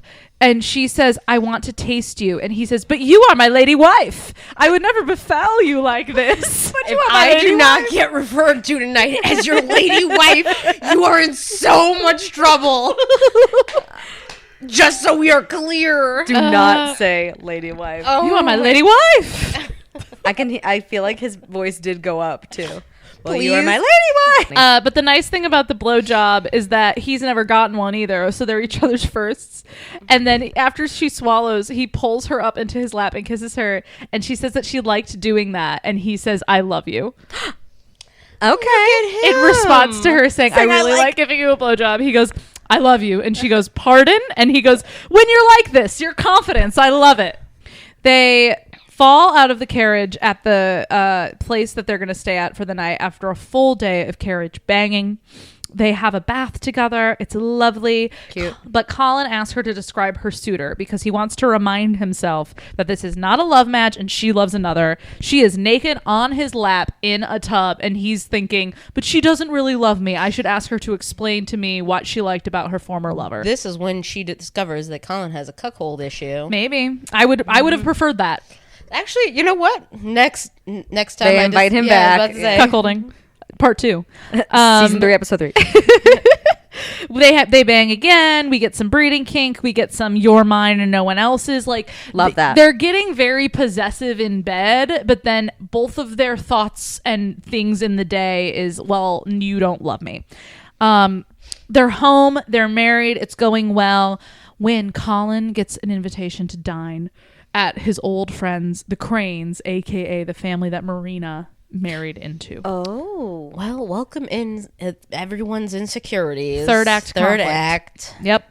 Penelope does not like this. She gets very jealous. She gets very upset. And she learns about the dinner invite and she's finally like, you know what? Fine. We're going to have to probably run into them eventually. She's my cousin. Let's just go. There is a moment that was another thing I hated where he catches Penelope writing and he thinks she's writing a letter and she kind of like blushes and he sees her blush and is like, she's writing to a man. And he like starts yelling at her and is like, who are you writing to? Like, you only blush when you're talking to me, not to another man. And she's like, no, I'm trying to write a novel. And actually, you inspired me with your letters because when I read your letters, I felt like I was there. And I thought that I could, just little old me could write a novel because you're such a good writer. Oh, I think I realized why we don't like Colin. He's so stupid. He's really stupid. Yeah, he's too sensitive. He's so stupid. Oh, Yeah. poor Colin. So they go, Penelope's super nervous, but they go to dinner and Marina is lovely. And Penelope slowly realizes that she can unclench her asshole. So sorry about that entrapment thing. Let's all be friends. Let's all be friends. It's fine. But as soon as she unclenches her asshole, realizes Marina isn't a threat, Lord Debling enters the room. And Penelope is freaking out. We don't completely know why, but she thinks that she owes. we know why. She owes him an explanation of how she's Mrs. Bridgerton now. I After just caught that. She's Mrs. Bridgerton now after such short a time because he had left in the middle of the last season, which was only 6 months ago or whatever it was, right? Then never mind. And so he convinces her. He's like, yeah, I want to know what's been going on. Let's meet alone after dinner. And she's like, I owe him this. Oh, idiot. You owe no men nothing. Exactly. Sweetie. Her internal monologue is Colin would be furious if he knew she was doing this, but she just has to. And Lord Debling was the only man to ever court her because she's just so ugly and gross. And so she owes him an explanation because he was the only man other than Colin that was always so nice to her. Colin wouldn't even court her back in the day. He only married her out of obligation. Oy. You both look like I've just kicked your puppies. I'd have more emotion if that was the case. Yeah, right now I think we're both just like, I hate it. Yeah, and this is where we learn that she had pursued Lord Debling because she was like, this is how I'm going to move on from Colin. And he was very sweet. He was very kind, but he proposed and she said no because she just couldn't bring herself to do it in the moment. But she asked him if he would give her a kiss so that she knew what it felt like. And that is when they were discovered. Okay, so I was right. So you were right. I was right. That was the beginning of the scandal. And they're talking now, like they're going through kind of what happened. And Lord Debling goes, I showed up to your house the next day and proposed marriage to you again, like because of the scandal. Like I wanted to save you. I wanted to make sure that like your reputation wasn't ruined. You didn't go through that. And you said no to me again. So he tried to do right by her and show up the next day after they had been discovered and after the scandal broke to marry her and save her reputation, and she refused him. So she did all of this to her. She did all of this. Yes. This could have been different. Yes. Colin finds them and starts yelling at Debling that like, you abandoned her, you were a rogue and a knave. And Debling says, no, I proposed twice, I tried to help her. She said no. Like, I legitimately wanted to be with her, actually. There's a whole but Colin won't hear it. He's so enraged to be confronted with the man that Penelope clearly loves instead of him, and so he challenges him to a duel. God. I forgot to lift the microphone up to my mouth. But he still, after Debling leaves, he still tells Penelope like, how could you not tell me? How could you like let me go on thinking that this man didn't do right by you and that you had been abandoned, when really what happened was he tried to do the right thing and you still said no, and you were the one that asked him to kiss you. He didn't take advantage of you, and you've just let me think this whole time that this was the truth when it really wasn't. I thought she told him that she asked for a kiss. Literally, no. Okay, I don't think even if she didn't, I'm just gonna say it like this: Colin, you ain't asking the right questions. Yes, I agree. Debling leaves saying he still loves her and respects her, but that he will also respect her marriage. And Colin, in a rage, thinking about the imminent duel, goes back to his room. There's a letter from Anthony on his bed saying that Anthony had, through his network of whatever, figured out that it was Lord Debling, and that he had proposed, that he had tried to do right by Penelope. Just a little too late. Just a little too late. And Anthony, in his hot infinite wisdom, says, brother, it doesn't matter now. You are married to her. You have been in love with her since you were children, you idiot. Just enjoy it, please. He's hot. He's sensitive. He's smart. Lilacs. And Penelope, Colin starts to laugh and decides that even if she doesn't love him, he'll love her no matter what, and he's just going to enjoy their marriage now. After the duel, though. They got to do the duel first. Meanwhile, Penelope is beside herself. She's so worried. She's like, Colin's going to get shot. And Marina helps her sneak out the next, like gets her a horse so that she can go the next day to where they're going to have the duel. Penelope gallops across the fields of the countryside and towards where she knows the duel is happening the next morning, and she crests over a hill and sees them, and Colin and Laura Debling are like walking away from each other. They're doing like the paces and counting off, and it's about to happen, and she starts to gallop down the hill yelling, stop, please stop. And it distracts Colin, who turns and promptly gets shot in the arm.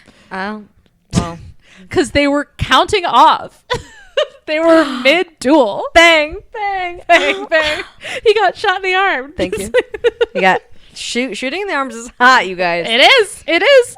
And because, of course, he gets distracted because there's a woman yelling, riding down she's an idiot. Yeah. His lady wife, you mean? Yes. She runs over to Colin and goes, "You've been shot." Because LOL. of me. On so many levels. Debling runs over horrified and goes, "We agreed to shoot long. Why did you move?"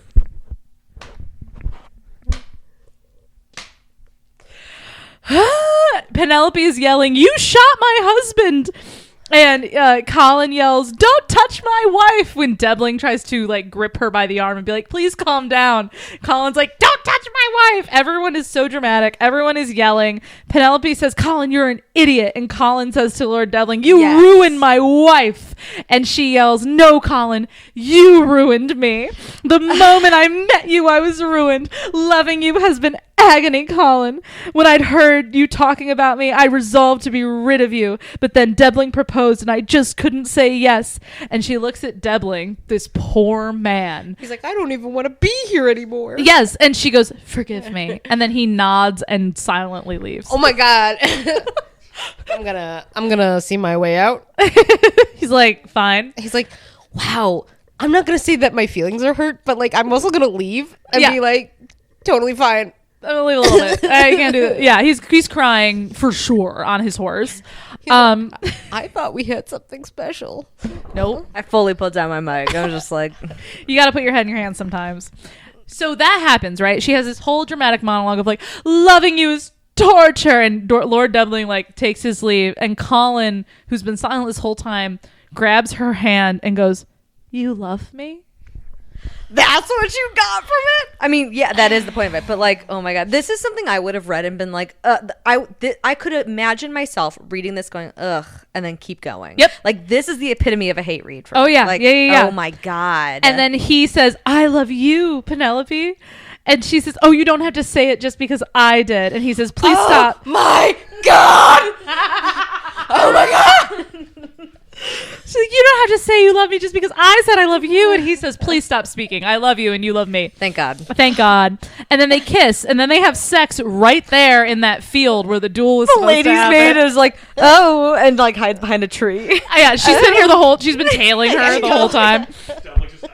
Well, there's always a second at a duel.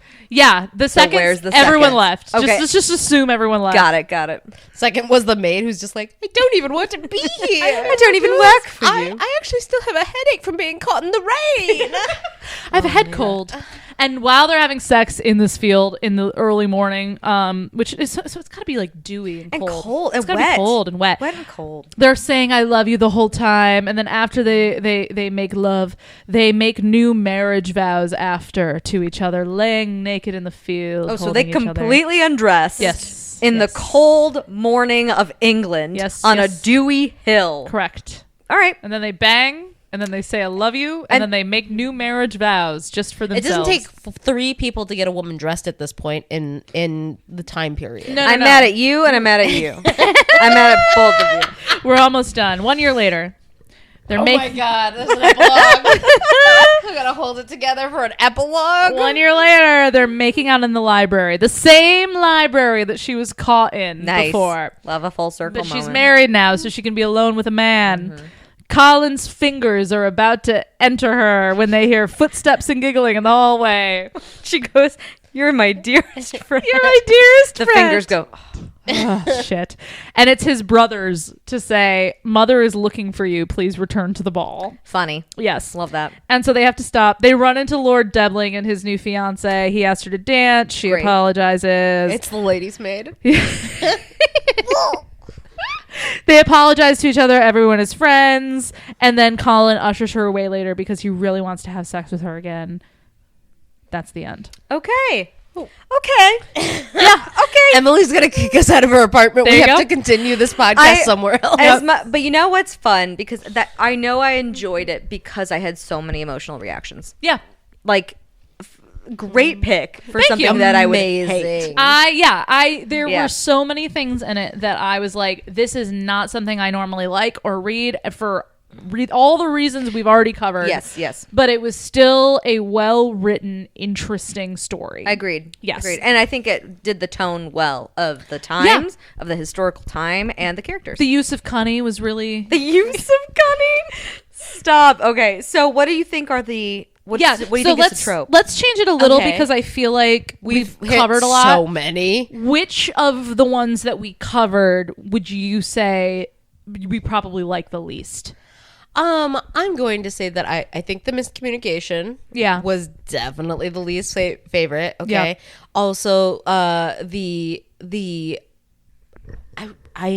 think the trope that we normally like but hated in this particular instance is the forced, like the marriage of or not even marriage of convenience, but like the forced arranged marriage. Yeah. Forced proximity. Yes. Yeah.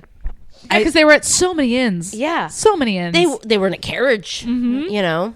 Yeah. I think that we found so many that normally we love. Yeah, I think But that we one, hated. that one, and then for me, I think my least favorite was definitely the lack of communication overall, but then the whole like purity. But she's such an innocent, like she couldn't possibly. It's not fun for me, and is degrading in the bad way in my eyes. Do you think that is just very common for the Regency trope? No, because I've read like Regency era romances where that's not what the man is thinking about the woman. Season 2 of Bridgerton. Right. No, exactly. Yeah. Where that's not like part of what they make. That's not part of the conflict. That's not part of the personalities or like that. That's just not an issue for the dude. Whereas with this, he was like, there were several sex scenes where he was like, but I cannot, for she is so pure and sweet when and it's good. Several, I don't like it. I think in a lot of like historical ones, maybe the first time, because she is usually a pure virgin. Yes. And he is not. Yeah. But post that, it's like him teaching her and he's okay with everything and doesn't think of her as like chaste. Yeah, But I would throw in the caveat of the first encounter would usually be she's so pure, but it keeps coming back because that's of the issue. The other thing that I didn't like, which was we're just friends and you don't love me. Is that the problem with Colin, do we think? The character of Colin. That he idealizes her too much, maybe? Yes. Yeah. I think that's a big part of why I don't enjoy that pairing very much, because it feels like they both idealize each other a lot and don't see each other as like fully complicated human beings, and they don't. I think it's like they idealize each other out of the possibility of the other one caring about them, and that's what I have a hard time with. Of like, she could never love me because she's so good and pure and innocent, which and is also the issue of them being friends as kids. Yeah. Too, because they know each other as children and not as adults, and even though they're in their teens. Do you think it's do you think it is the product of the author who gives too much focus on what the inner monologue is? Because here's the thing, if you hear it once, right, it makes sense and you can keep going with it.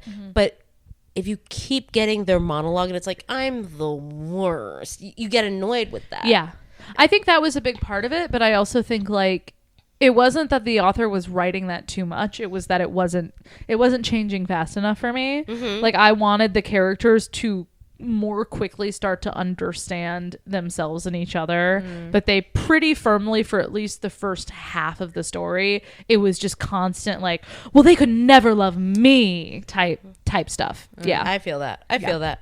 So that was Ruin. Good job. Thank you. Good you job. all understand why I didn't. I cannot wait for Emily's next. I feel like we are just gonna live in a little world of muck and hate, like little piggies in the mud. Here we are.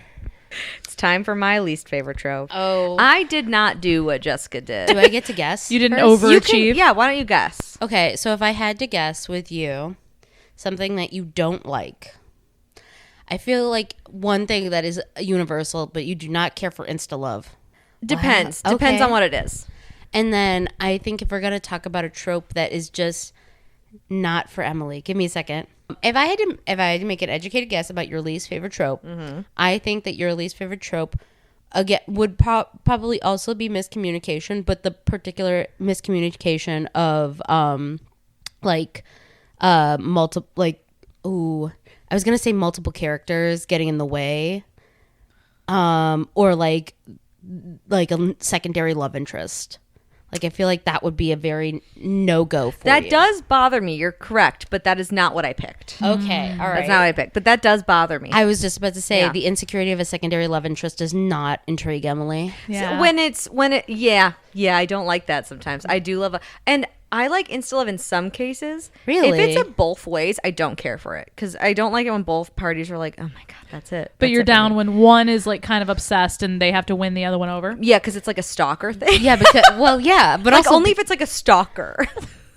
you know what, we've all now witnessed Lights Out, right? Yeah. Oh, have we boy. all? So what's your trope, or do you want us to guess at it at the end? Do you? Well, I think it'll be Pretty clear obvious. Okay. by like the third or fourth chapter. Okay. But do you want me? You pick. Do you want me to tell you what it is, or do you want to like figure it out through the storytelling? I want to figure it out. Okay. All right. When we get it, though, I want you to tell us that we got And let me it. Yeah. let me put it this way. There is a big category of this trope, and then there is a more pointed part of it that is specifically what I Is it what I- children? Like weird way of putting it. Like he's a dad or she's a mom. I'm not going to answer that, Oh, okay. Okay. All right. but I you'll feel like you'll see. You'll I see. feel like She I got hit close. So something. let's hear it. All Let's right, hear it. so I read Tempted. By the fruit of We another. don't have the rights. It is number 4 in the Cloverleaf Farms Next Generation series, book 4. I It don't is love the term farm. It is right. by Melanie Harlow. No, not what you're thinking. Okay. 314 pages. It came out November 21st, 2022, and it is a dual POV. Okay. Synopsis. Okay. Millie, which is my old roommate's dog. Yep. So, but I was thinking of someone else, not the dog Millie. So soft. What a wonderful dog. Millie's the best. She's the Millie. best. We love it. This is dedicated to Millie. She is still alive. She's totally fine. And she's a great dog. We just love her. Millie is venting to her sister Winnie because a hurricane has hit the East Coast, canceling her flight and making her stay one more night in New York City. Okay. She is from Michigan, so she can't get it. Flight What back. part of Michigan? Cloverleaf Farm. Okay. I don't know. I think it might say it later, but I I didn't write it love down. when they keep it vague like that. Michigan. As a Michigander, I just was curious. I think it's like there. I know they have to drive to Chicago and they have to drive to Detroit at one time, and I think Detroit's like an hour away. So maybe it's like right in your hometown, Around where I grew up. I think it's your probably. hometown. Yeah. Fun. We're about to find out. She was there for a wedding expo, and we learned that she is the event planner at Cloverleaf Farms. It is a wedding venue. You love an event planner. Name 3 other event planners I love. I feel, well, the one before, well, I don't think you love it. I think it just is something that happens. She was an event in Santa. Santa, she was not an event planner. She was putting on an event. She was putting on an event. there was another one where she was putting on an event. Prove it. I prove it. I literally can. Give me a second. I think we all know how hard it is to plan events. So you know what? Finding time to also bang There's- whilst I'm planning an event. I'm just gonna say this is a very feminine task to Yeah. put on an event. It That's is. fair. It is. She's a wedding planner. She's also planning. We learned that she's also. Wasn't the so sorry? I'm like, wait a second. Yeah, now I have to prove myself ahead, correct. go ahead. Wasn't the one where she was it's a billionaire one. Oh, the secret societies. Yes. She was helping plan his birthday party. She was not, in fact, an event planner. Ah. She was just trying to prove her love and loyalty to her future husband. Got it. I'm still gonna take this one. I think so. Yeah, think- you can have it. I think you lost. We also learned that the wedding she is currently planning is the wedding of her ex-boyfriend. Oh Yes. no. This is the 3rd ex of hers to marry the person that they date right after her. A good luck Chuck situation, if you will. That's horrible. I feel like that is a trope. That is Oh, a trope. very much. That is Yeah, a trope. yeah. And her sister is like, you usually date lost puppies, and the quote is, "I can't help it. Lost puppies are so cute and loving and needy." And I was like, yikes. But we learned that the breakup was amicable, and she actually introduced her ex to his now fiance. Okay. Hence why she is helping, and it was at the place where they all work and blah blah blah. They're like all friends. They're all kind of friends. Okay. still exes, but like with, it was the Cordial. best way it could have ended. Okay. Millie says she's in a rut and needs to do something she wouldn't normally do. And the sister is like, why don't you go downstairs? You have one more night at this hotel. Go downstairs, put something nice on, and like flirt with someone. Like do something you wouldn't normally do rather than just put on your PJs and like zhuzh in with a movie and room service. One night stand trope. Maybe. So she puts on a dress and goes downstairs. She is described as a curvy blonde. She wears a tight black dress and she feels absolutely fabulous. Good for her. Which I loved. Yeah. Just my type. And I didn't. And I was like, I love that there was no doubt. She is constantly described as like a larger girl, but not like she's curvy. It's always curvy. Yeah, that's what they always say. Yes, it's always she's curvy. She's a little tall. She's curvy. That's because bigger girls don't like to be called anything other than curvy, because that's sexualizing. But also, Curvy is sexualizing? Yeah. Yeah, you're right. Yeah, it is. I think Rubenesque is sexualizing. Please spell it. Put it in a sentence. You've never heard of the term Rubenesque? Of course I have. I just don't think it's a very sexy term. So My- now I like the sexy. Her Rubenesque physique walked through the room towards me. Well, I'm wet. Wha- and her cunny. There it is. But I just love that Is there's this the worst episode you guys have ever done? Yes. I'm so- Maybe. I love Thanks, that girl. there's no doubt that she feels any way about herself. Like she's like, It's the I'm opposite fabulous. of the story that I just told, Yes. where everyone was full And of I love that. insecurities. I love She's good. She's feeling herself. While I wasn't crazy about this book, I had a good time reading it. Okay. And I think it's because she is she's positive. Yeah, And I like that. That makes sense. So she goes down to the bar, she gets a martini, and she eyes this handsome man across the bar. And she kind of looks at him and kind of looks away. And it's like, wow, he's really cute, but like, wow, okay, at least I'm here. Like, I don't have to flirt. I don't have to do anything I don't want to do, but I did something. Right. So she's kind of like having a good time. She's kind of talking to the bartender. And this guy I got a Hinge update. Anyways, this guy Keep that in. Keep it in. This guy sits next to her and he starts talking to her and he is clearly an asshole. And he's hitting on her and he has a clear wedding ring on. And she is just very uncomfortable.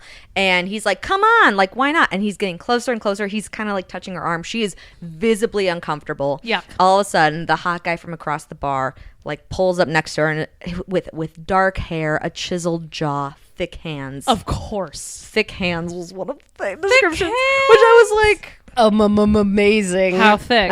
What a way to describe a person. I saw like them his thick hands. Those thick hands can handle my Rubenesque figure. And his name is Zach. And he's like, hey, babe, sorry I was late. And the asshole's like, you were sitting over there. You weren't late. And he's like, get a clue. Get the fuck out of here. Right. And he's like, fine. And she's like, thank you. That was very kind of you. He was like, of course. And there's kind of like this awkward silence. And she's like, he's like, well, do you want a drink? I could buy you a drink, like, to say thank you. And they kind of start flirting, and this is a dual POV, so we kind of hear his part too. And he's like, I shouldn't, like, she's so beautiful. Like, the moment she walked into this bar, like, damn, she's hot. But like, she's clearly younger than me. She's clearly How much younger? So he's like, I should be good. I don't know. So I should be good. I want to know what your guys' thoughts.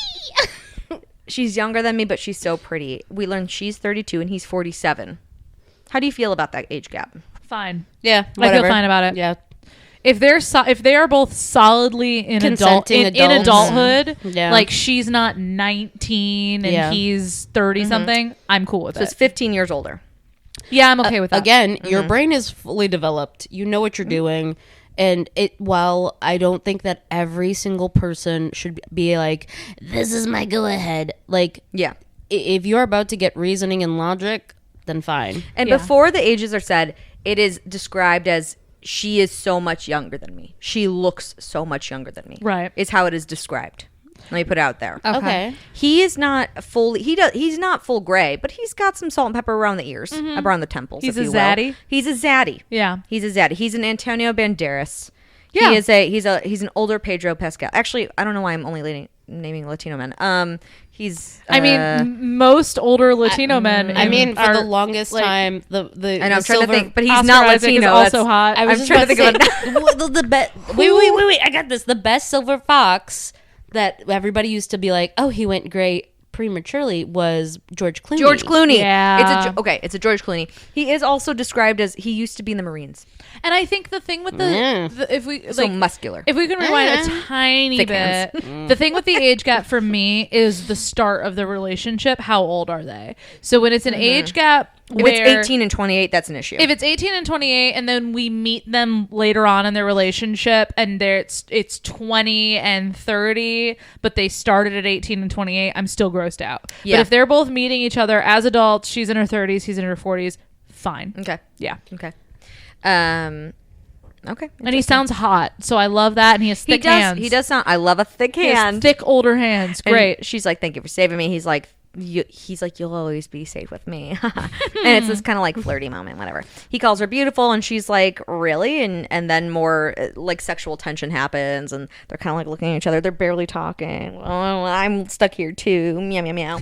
And he's like, "Well, I don't really want to drink anymore." And she goes, "Oh, okay." And he goes, do you like wanna come up to my room maybe? And she's like, "Oh, well, will I be safe with you?" And he's like, "Not this time." And I wrote, he's like, "Not from my dick, you won't be." And she's like, yes. So they go to the elevator. He's like pushing the button. They get in the elevator. Some guy tries to get in. He goes, "Take the next one." They get in the elevator, pushes her up against the wall. An Emily favorite, makes out. Cute. Then they get to his room, and he pushes her on the bed. He eats her out. She's never been eaten out before, apparently.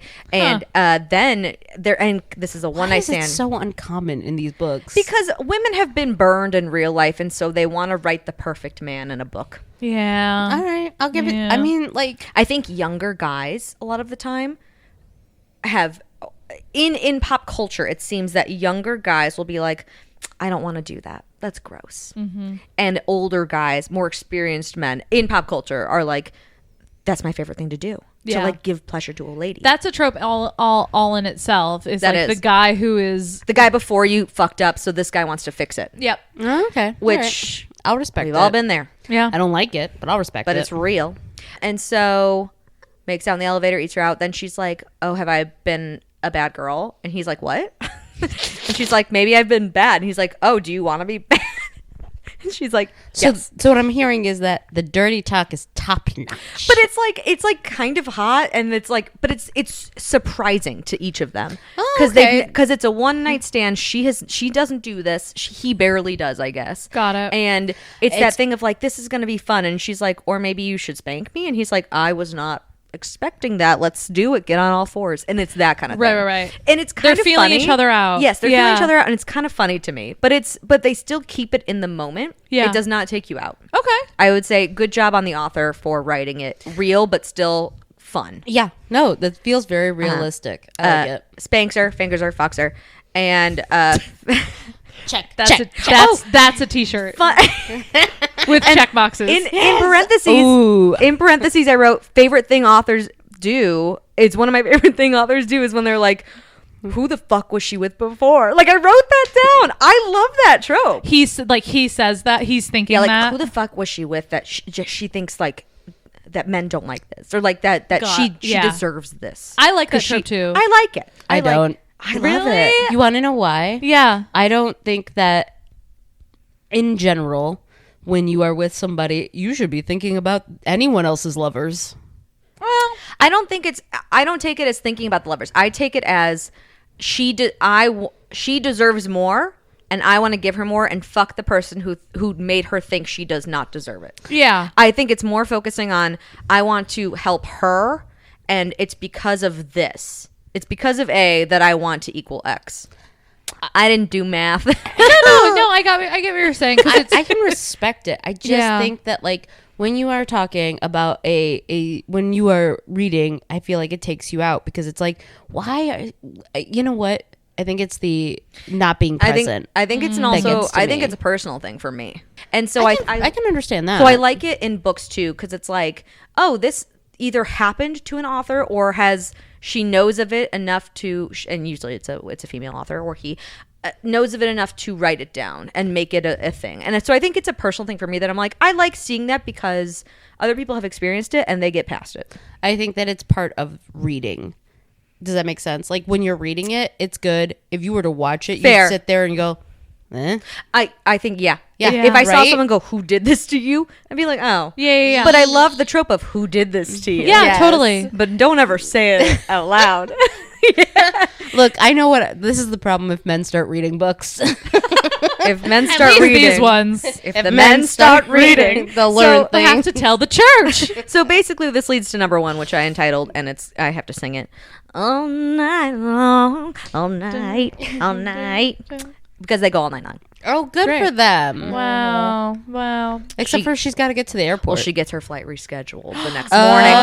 She has to wake up a good at sign. 5 a.m. as she needs to catch her flight home. He wakes up with her. They kiss as she redresses, and he's like, "This is really great." And she's like, "I know." And she's like, "Where do you live?" She goes, "Oh, San Diego." "Oh, well, I live in Michigan." He gives her his card.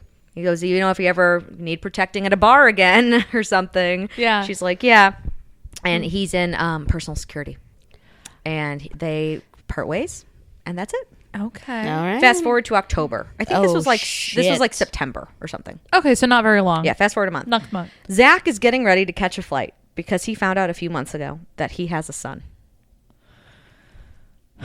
He was 19 and it was a one-night stand before he shipped out to the Marines. The son's name is Mason. He is 28 years old and he's getting married. They've been chatting for a few months now, but he's been invited to the wedding so that they can finally meet. I And don't suppose Mason is in Michigan. I don't suppose Mason is her ex. I don't suppose. so to switch POVs, Millie hasn't called Zach because she hasn't called Zach, but she thinks about him often. It was a great one night stand. It was so fun, but she has been like really bogged down with this wedding. It's crazy For her friend, who have we named for her him? ex. For her ex. Her ex. Who have we named him? No, we haven't. no. Crazy. So Interesting. going back to Zach flies into a place and meets Mason, and it goes well. And we kind of learn a little bit. I'm gonna yada yada. So they had over never it. met before. They never met before. He did like a 23andMe kind of thing. Got it. So Mason's mom passes away, Okay. and in it Sad. there's a letter basically. Oh no, it wasn't a 23andMe. Sorry. So there's a letter being like, oh, this is who your real dad is. Mamma I told mia. you who it was this guy, but it wasn't. It was Here we this guy. go again. Very much so. And yeah. so Mason contacts Zach and is like, hey, this is what I just read in this letter. This was my mother's name, blah, blah, blah. Let's get a test. He's like, totally yes. Turns out that is totally his dad. Is it stupid that I love this trope? Really? Wait, what would you... I love the Mamma Mia trope. Oh, I love it. Okay. And I love it anywhere in a book. okay. It's okay. that's probably crazy to No, hear. no. But weirdly, I do You love mean the Mamma the Mia. trope of finding a long-lost parent? Would that be... Yes. Okay, I just want to Yes. clarify what it is. So then Or there's when... multiple chances that it Yeah. could be someone. Well, Oh, yeah. this isn't multiple. I mean, Yes. it is this guy. Yeah. And so definitely him. they chat like through email for like a month and a half or whatever. Right. When he gets invited to the wedding, he comes out a few days before and he goes, "Hey, here's the story. It was a one night stand. I was 19. She was 18. She had very religious parents, and she also had like an ex-boyfriend or something. Okay. And basically, after they had like fooled around together, the ex-boyfriend found out. Zach and the ex-boyfriend got into a huge fight. And he was visiting. He was in Michigan. Visiting his dad because his mom and dad had been divorced. And after he gets into this big altercation with the ex-boyfriend, his dad is like, "Get the fuck out of here. We don't want you here because you're gonna fight." And he goes, "Fine, I'm gonna go out early to the army or whatever. I'm gonna go to San Diego. I'm going to army, mother." And isn't able to tell the mother, the girl he's been fooling around with. So he just disappears as far as He she knows. disappeared but it was also the 80s. Sure. It's fine. 70s. 70s. Ish. 80s. He's don't- what? anyways. I don't know. When does this book If take he's place? if he's in his 90s. mid 40s, Late and- 40s. late 40s, and it's nowadays, then So that's it's It'd the be 90s. yeah. Wow, what a time. But Windbreakers everywhere. Vanilla Ice was on the radio. You could hear everybody walk. But basically, you could hear everyone walk. So he tells this story to Mason, and Mason's like, "Thank you for telling me. It's been hard. Like, having my mother pass away and then finding out the truth means like she kept the secret from me. Like this is really important to me to find out about my family, about honesty. I just need all of this in my life right now. He's like, totally, yeah. He goes, hey, I really want you to, and he invited him to a wedding because I really want you to come to the rehearsal dinner. I want you to meet my fiance's family, who I don't remember the name. I don't think I wrote it down. And my ex-girlfriend. Who's planning the wedding? And so Zach meets Mason. They go, well, and they invite him to rehearsal at Cloverleaf Farms so he can meet the family pre-wedding. If you've heard that name before, you're right. Millie and her sisters, she has two, are talking. And they're like, the sisters are like, you should call that guy. You keep thinking about him. It's been a couple months. He gave you his card. He was clearly interested. And she's like, he lives so far away. And then she's like, no. They talk about how she should, also, I'm going to yada yada over this as well. But basically, she likes her job as an event planner, but she's really into weddings. She is a Rubenesque woman and wants to put on a fashion show for fuller-figured brides for her passion to help fuller-figured brides find dresses. Then they're like, you studied fashion. Why don't you just open your own boutique? And she's like, I don't know. Maybe. That's a good idea. Okay. And so that is going to be noodled around for a while. Got it.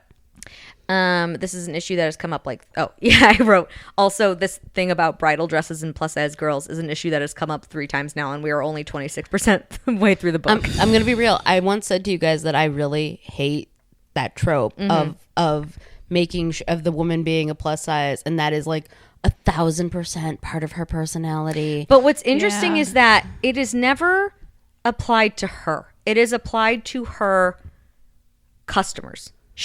We do not hear about it. We hear that she makes her own clothes and she feels fabulous, and then that's it. We never hear any body image issues about her, about how she feels, but about her clients who she helps with weddings at Cloverleaf Farms have issues finding dresses. I feel like, which I think is really interesting. I can give that respect. Yeah. But like I said, that's part of the reason why I have such a agree. problem with for the record, if you're just listening, I'm a plus size lady. I feel that I do not speak for the brand. But I will say from my personal perspective, it's like, wow, crazy. It's almost like romance can't happen without the idea that your body image gets in the way. Yeah. Which it does even if you're straight sized. Yes. Everybody has body image issues. Correct. Even the boys. I know you're listening. Quit pretending. Men. We Hi, know Jake. about But you. that's why I kind of enjoyed this too, because I was like, it's nice that she wants to help people. She doesn't feel it herself though. Yeah. She's like, maybe one day, but it's not me. And I was like, wow, okay, that's a nice way to turn that on its head. I like I said, I give that a lot of respect, but like that's part of the problem with the Penelope, I think. Yeah, totally. That's one of the big things that rubbed me the wrong way, because I had a really big issue with the amount of real estate that was taken up with by just the bad negative self-talk on both sides for different reasons, but definitely on the Penelope side and in the show Bridgerton in general.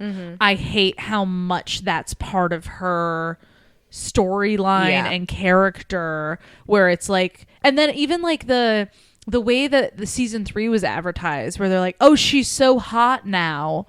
And I was like, she's always been. She parted her hair. She parted her hair differently, and you can see her boobs a little more, or whatever. And I was like, if that's all it took to get a boyfriend, she's always been hot. In my She's view, gorgeous. She's and absolutely beautiful. Why is it that she's only hot now that she's getting paired with a man and she's the love interest? It is annoying. Yeah. I think that there has to be something to be said that like at some point that part of your head has to be quiet enough that the romance can happen. Yeah. And if it doesn't, that's a good way to say that. And if it doesn't, then like, how are we supposed to enjoy what's happening to you? Yeah. Yeah.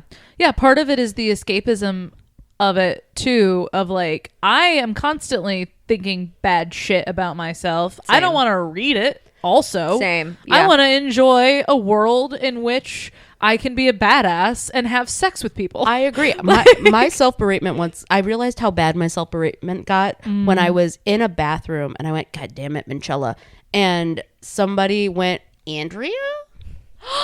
And I was Well, like, you said your last name. yes. But I didn't recognize the voice. And when I got out of the bathroom, I didn't recognize the person. Oh, weird. And I was like, hi. And she was like, oh, I'm so-and-so's wife. And I've heard your name in that tone of self-beratement. And I was like, or not even, she didn't even say self, I've heard God damn it, Manchella. Yeah. So often from the music room Interesting. that I recognized your voice. And I was Wow. like, ooh, maybe I need to go to more therapy sessions. What a nice, maybe A red wake flag. up call. It was definitely a red flag moment, but a red flag moment on myself. Like put the flag on the play. Yeah.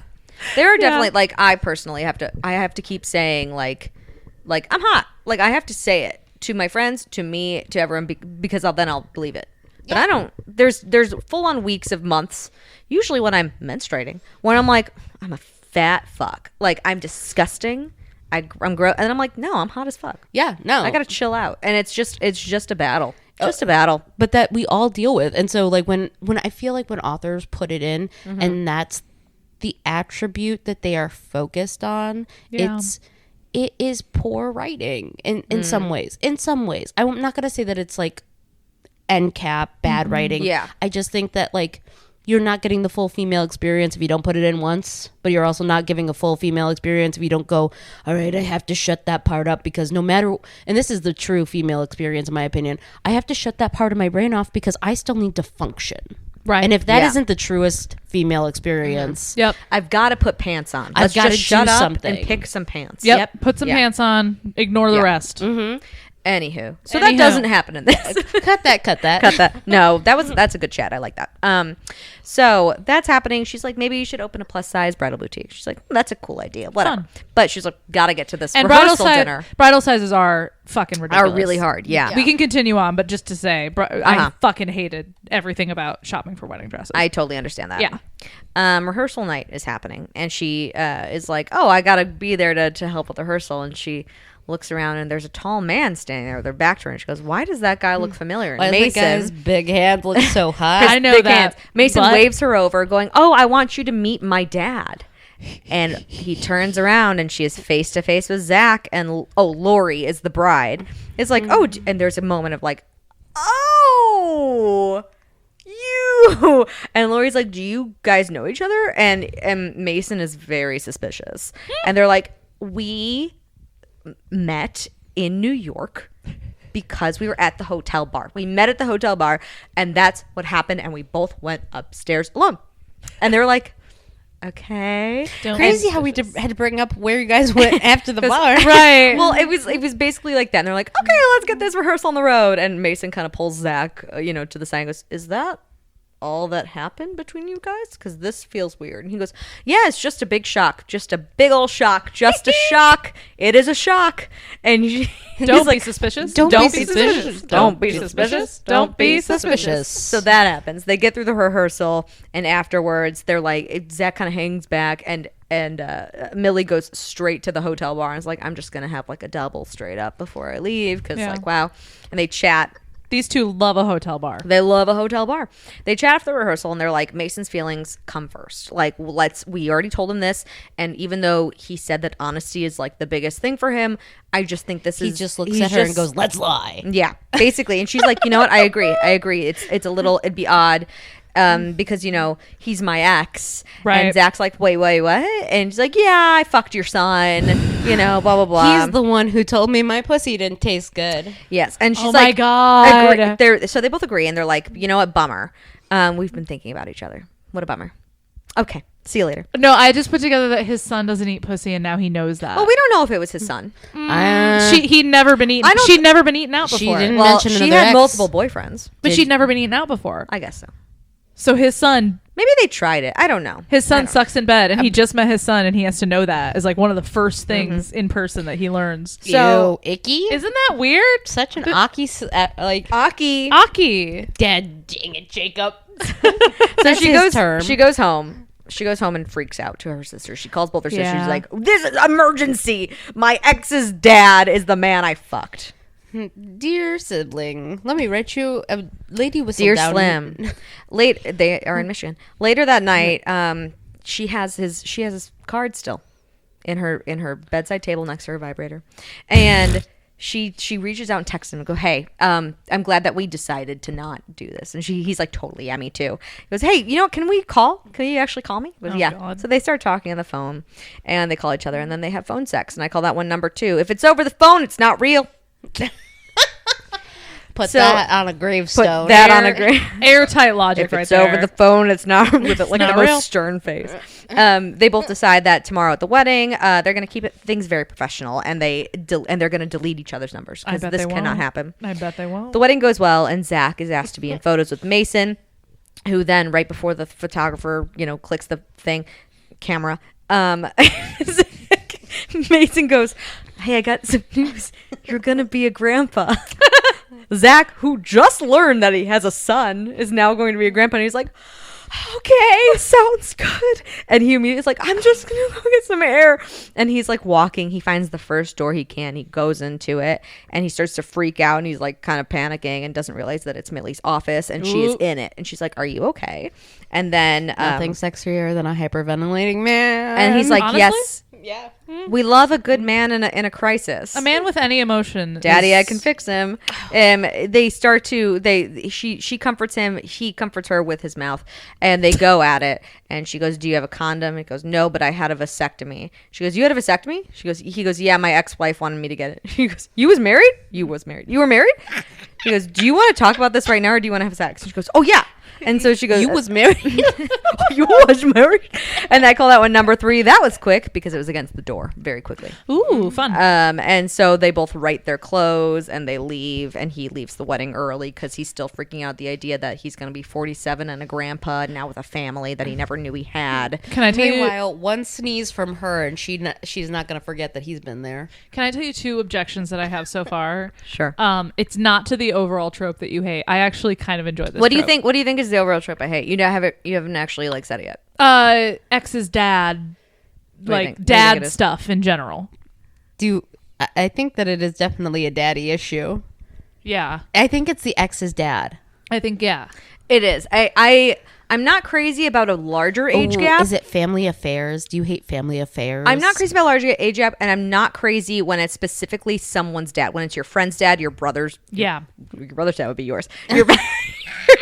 Your boyfriend's dad. Anytime Right. I see like boyfriend's dad, it creeps me Creeps out. you out, yeah. Which is why Praise by Sarah Kate was not one of my favorites. Got Who- it.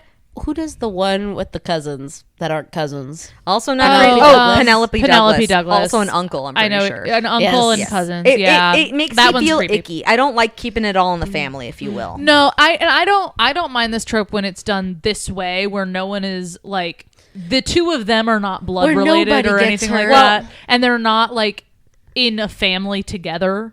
Like Yes. she dated his son, but This she's took not. me a while to find. Yeah, Let me put it that way. Really? But if I could just go ahead. object to 2 completely different things. Zach to me is not an older man's name. The fact that Zach He is had in a his rat 40s, tail and he was in kindergarten class with you. I don't like it. Zach, he should at Amazing. least be Zachary at this point. Second, whenever in a book it is described that they like have sex against a door of an office or something, the only thing I can think about is the poor person walking down the hall at the time. I think it's a sturdy door. There's no way that There's door. no sturdier door. There's think it's no a- way I that think door it's- is not shaking. I think. Oh, well, there's a wedding going on. No one's gonna be. The music is blaring. Cotton Eye Joe is blasting through the speakers. The grandma is laughing with her grandson. Have you? Okay, let me paint a picture for you. Because Okay. I think you've Let me both close my eyes. probably. I think you've both probably had this experience where you are in an office Okay. a little late. Yeah. There's really no one in there. Walking You around. can hear the buzz of the Lights. lighting up top. It's completely silent. Okay. You turn a corner and you're walking down a hall and you pass an office where the door is just going. I But that's not this. This I was that just is about to say, not. for the record, no. I have not had that particular instance. I have but can had- you imagine it? Can you imagine? That's what I picture. Every time someone is in an office and having sex in it, that is what I think picture. of it this way. Think of it as like a country club. Think of this as like the hallway that is way off. That the bathrooms are not down this hallway. This is the office hallway. There is a wedding happening. People are in the Some big poor thing. no. caterer. I don't know. I was just about to say, think about every wedding you've been to. Yeah. Every single one. You've never taken a moment somewhere quiet. Mm-hmm. You've never needed a moment away from the noise. I call bullshit. I call I just don't- so much listen, bullshit. it was quick. Maybe no one was taking a moment at that moment. I think that is the suspended disbelief I think it is. that you are looking for, Emily, but it's just not true. I think it is. And he leaves the wedding early because he's freaking out. She calls him. I would too.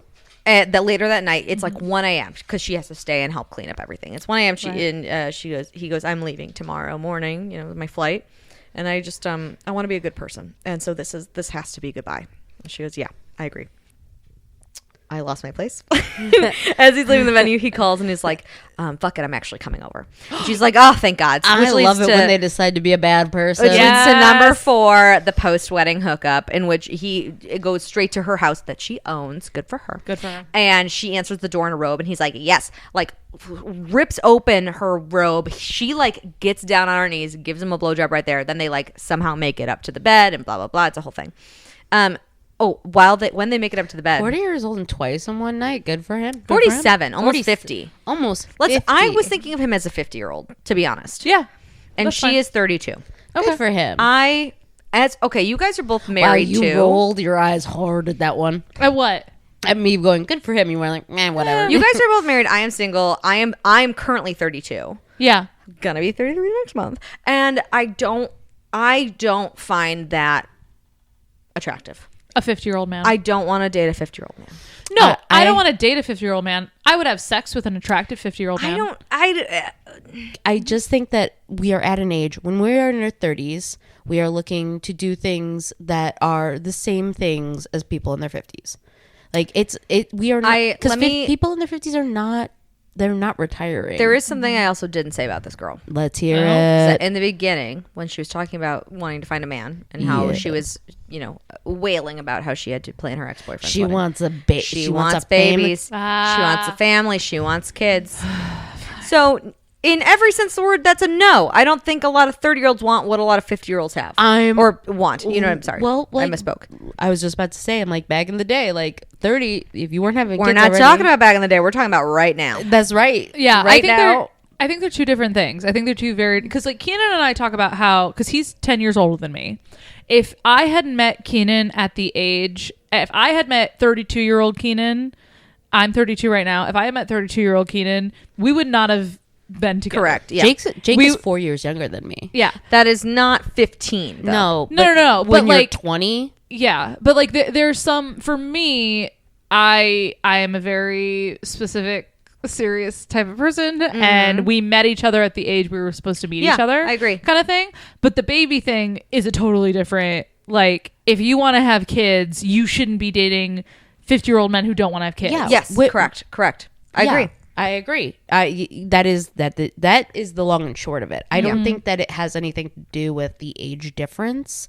I think it has to do with a lifestyle choice. Because at 30, a lot of us are deciding not to have kids. Agreed. And that's cool. But to get back to the trope at hand, Yes. like friend's dad, parent's friend, anything like that where it is related to you in somehow, not like blood related, but related to you somehow, that you grew up with them, that they knew you maybe when they were younger, that they are a dad of some sort, or like your uncle, like quote unquote uncle, like that really skeeves me out. Yeah. I don't like it. It's gross. I think about it for myself. Yeah. To be like, would that? And I'd be like, never. I think never. the reason that And I'm that's okay why- with this, though, is that she didn't grow up with him. Yeah. I They understand. didn't grow up together. I think the part that skeeves me out is that and I know, and so I just had 5 thoughts at the same time. I have to calm down.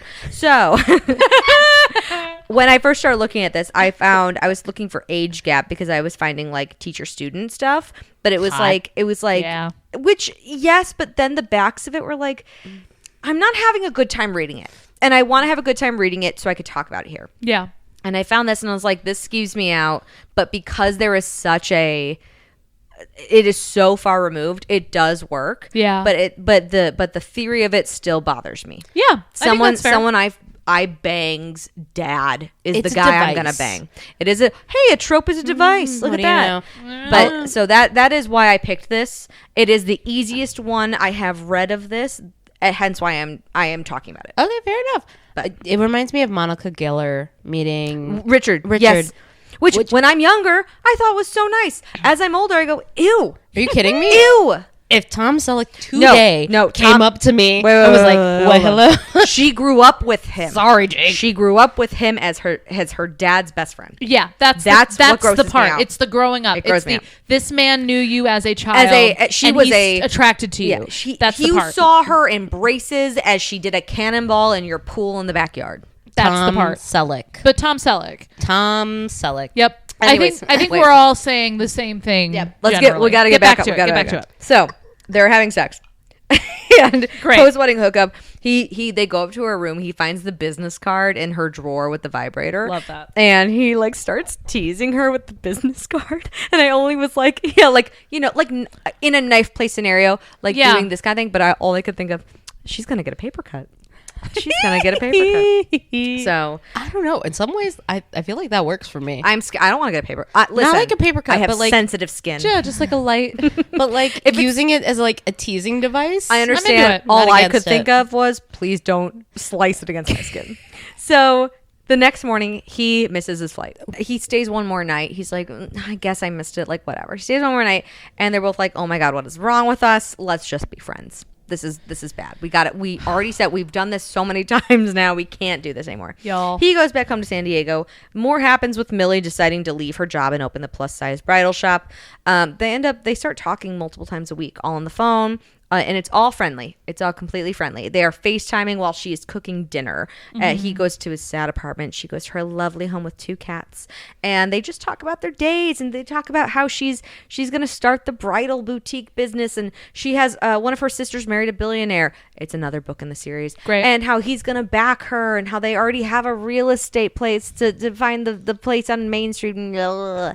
So I talk multiple times a week. He's like, hey, Yeah, how gross. They become friends. I hate that. He's like, I'm going to New York, by the way. I'm going to New York for another conference. Ooh. And I can't stop thinking about you. So why don't you come with? I'm going to come visit me. I'll pay for your ticket. And why don't we just hang out? That's right. 50-year-old men buy your tickets. She's like, yes, I will come. Which is number 5. You can lay me over.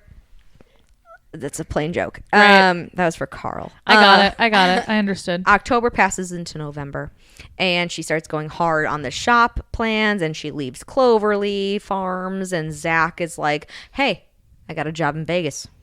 Why don't I pay for your ticket out? Why don't you meet me in Vegas? She goes, well, there's a bridal boutique that I should visit out there for blah, blah, blah. I guess I should go.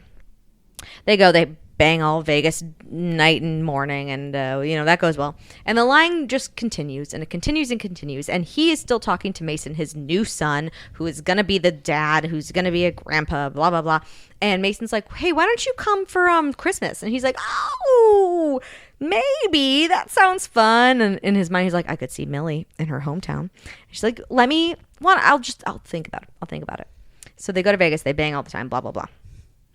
The line continues, and they're like, hey, I have to go to Chicago. Do you want to come to Chicago? She's like, yes, absolutely. They both are individually like, okay. In Chicago, they talk to, their respective friends or whatever. They're like, I'm going to end it. It has to be Chicago. Chicago has to be the end for all of us. And then they don't. They bang, and they have a great time. What? Mm-hmm. What? I'm starting to notice a theme. A pattern, if you will. So they're in Chicago. It's the last day. He's about to fly out, and she gets like the flu. She gets like disgustingly sick, and she's like, I just gotta drive home to Michigan. Maybe a 2 to 4 hour drive. We don't know. Yep. And he's like, I can't let you drive. Like you're gross. I can't do this. And so Zach, You're gross. Zach is like, he cancels his flight. He drives her home, and he ends up staying with her for like 3 days. And then and he like takes care of her. Not and telling it's his son that not he's in telling the his area. son that he's in the area. I don't like that. Again, it's a little skeevy. I don't like that part of it. And she's barely telling Andrew. And I think she's told one of her sisters because the other one cannot keep a secret. Secret relationships. Yes. What fun. What a rough They're fun trope. in the moment. Yeah. They're not fun afterwards. And then eventually, after she gets better, he makes her chicken noodle soup or whatever the fuck is happening. They break up. They break up because What even though happened, Jake is like, third act breakup. Could it be a third act? Absolutely not. even though they confess their feelings to each other because the lying has become too much. And she feels bad because Mason is her friend. albeit an ex, but still her Right. friend. She feels bad for lying. And she feels bad for making him lie because it's his newly found son. Blah blah blah. And they're like, hey, this is too much. Let's do it. Let's be boop bop gonzo. And he's also like, oh, I'm also coming for Christmas, so this is gonna be extra hard. So let's not see each other at Christmas. She's like, totally, yeah. And Yeah, 'cause not seeing each other has always been the option. Yep. so he's miserable. Oh, And no. she's miserable. Oh, no. Again, I am yada yada You're doing over great. it so much. You're doing great. And she's miserable, but she's opening her bridal store, and it's great. And she's like, I'm helping people. She's This is achieving me." her dream. She's achieving her dream. Yeah. Christmas comes around. He comes in, and there is like a big party at Cloverleaf Farms. And so Mason and Lori are there because one of them works there or whatever. She used to work there. Her sister now has her old job at Cloverleaf Farms as the event planner. So she's there. Zach is there because he is with them. They go into like another room. She needs a minute. Her ex is here, the man that she's probably in love with. What? Oh my God, realization. He's old. She's like, he goes in, he follows her into this room. He goes, I got you something. She's She's lost it when she said, he's old. I am paraphrasing. I am paraphrasing just a little. But I wouldn't accept that. Follows her in. He goes, I got you something. And the first time they ever spent together in New York, not the first time, that was a one-night stand. The second time they went to New York together, Right. they ended up hanging out watching Antiques Roadshow. And there was this beautiful Art Deco necklace that she was like, I love that necklace. He happened to be walking in San Diego next to an antique store, saw almost the replica of that necklace, bought it for her. Cute. And he gives it to her as a Christmas present. Very cute. And she starts crying. Yep. Men And with he's- money. And he's like, I didn't mean to make you cry. And he leaves early because he's like, I gotta go. I gotta go home. He does like a personal security job. He drives somebody from Oregon to Idaho. Don't Sure. get hung up on the details. Sure, We it's got fine. you, girl. You're good. They're next to each other. Yep, we believe you. And he learns that love can, cross state boundaries or whatever.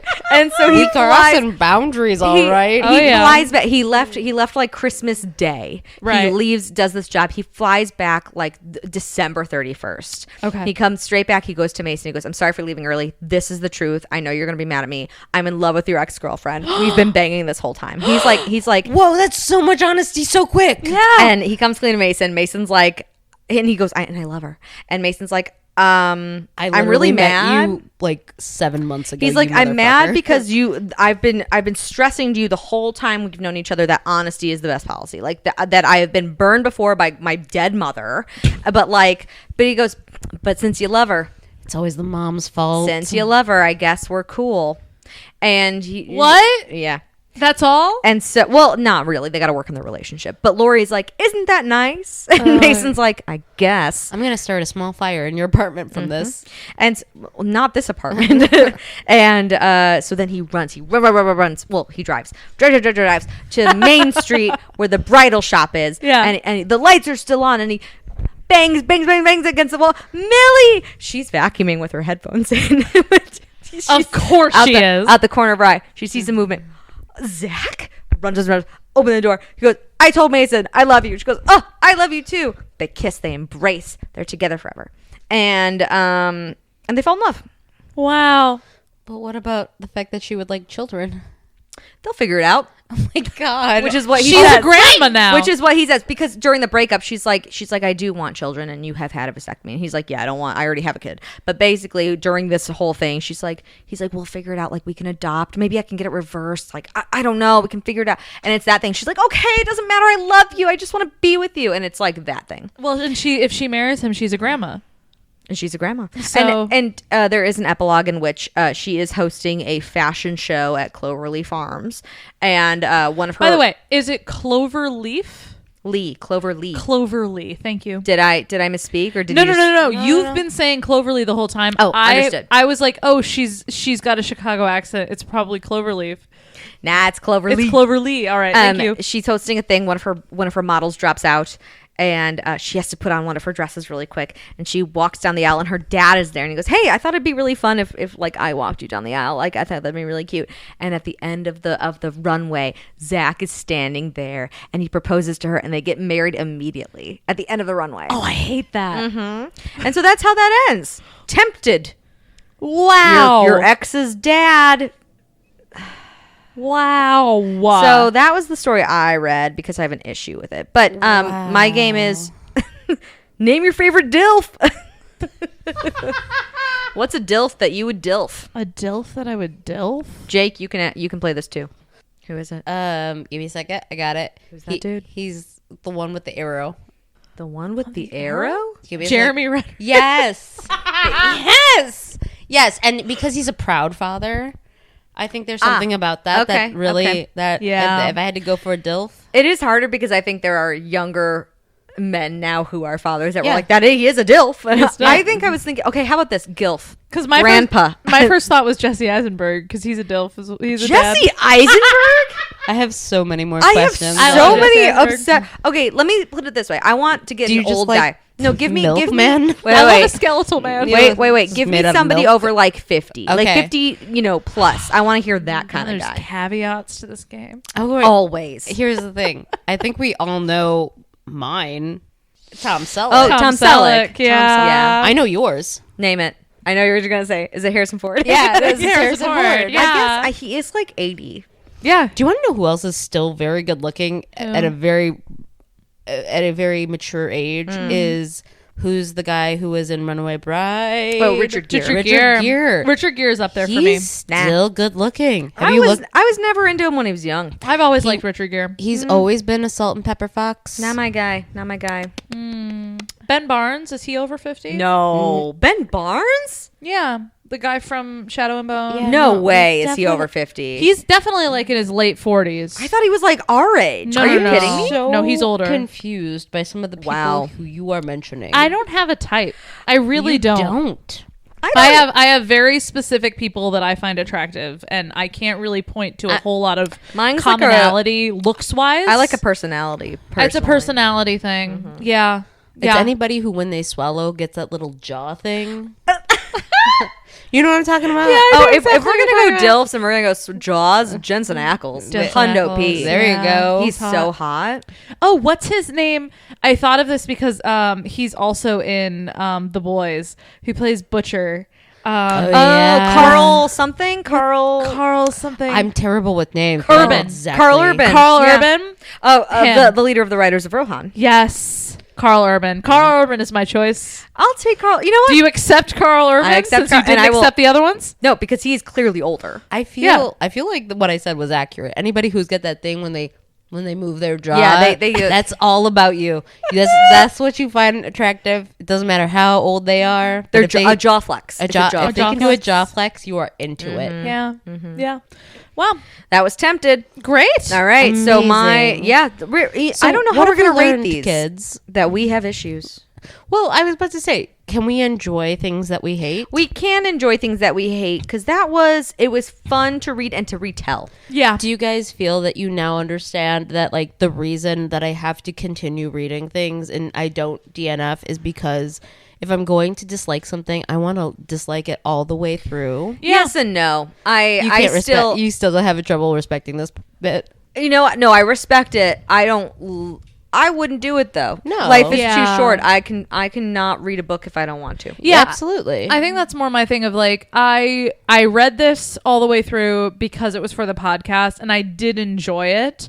Would I have done that if it wasn't for the podcast? Probably not. Agreed. No. Because I would have gotten to like the 4th chapter of someone whining in their own brain And I'd be and like, gone, "Ugh." I can't do this for another 20 chapters. And that's more what it would be. And I completely understand that. I feel like that's my shtick. That's Yeah. my whole hang Yeah, up. Is that like if somebody is telling me that they love this, and this is somebody who I like and respect, I'm going to read it all the way through. That's different.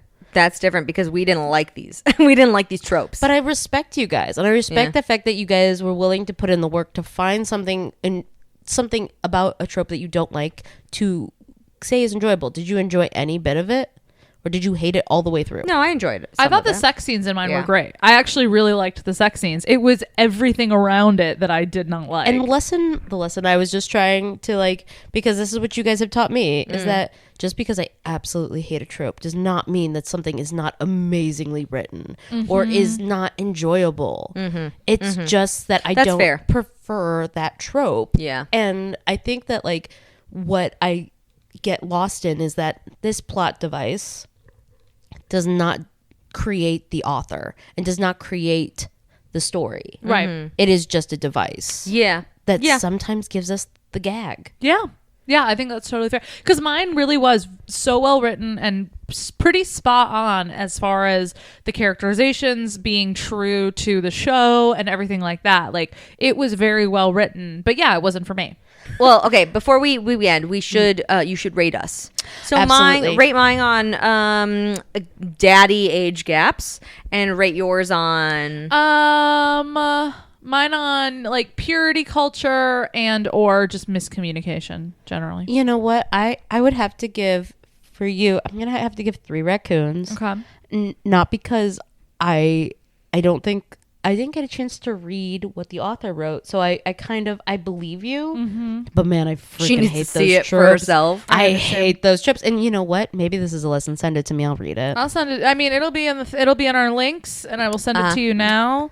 But yeah, I mean, I also didn't like it very much. You know, but just because you didn't like it didn't mean it wasn't well written. Yep, it was. And also, I did not hate your trope nearly as much. I still didn't like it, but I'm going to give it 4 raccoons because I was so confused at one moment where I was like, what's going to happen? What did she choose? Yep. She chose his vasectomy dick. Yeah. That part, I was like, it can't end the way I think it's going to end, but it's a romance. Yep. So it's got to end this way. Old man Zach really won her heart. That's the last. Those were that's the some last of our- regular trope based episode Yep. of the season. Oh my You finished with a big one. That was pretty big for us. I do hope that the audience feels that way. I feel like maybe I tortured the 2 of you. No. No. It was fun. Okay, It was good. fun. We'll fix it in post. It'll be fine. We'll sound happier in post. But the next episode will be our finale. Yes. Oh, We're gonna do our bracket. We're gonna do our We have some whatevs. games. We'll revisit everything. I cannot wait. I'm so excited. I can't believe I have to wait this long. For now, we're just 2 raccoons. talking about The best trash in town. Bye. Femmes Reading Filth is hosted, produced, and edited by Emily Barusian and Jessica Mall. Intro music by Tom Lehrer. Outro music by David Reddick. You can follow us on Instagram, Facebook, and TikTok at Femmes Reading Filth. Thank you for listening. Bye. Bye.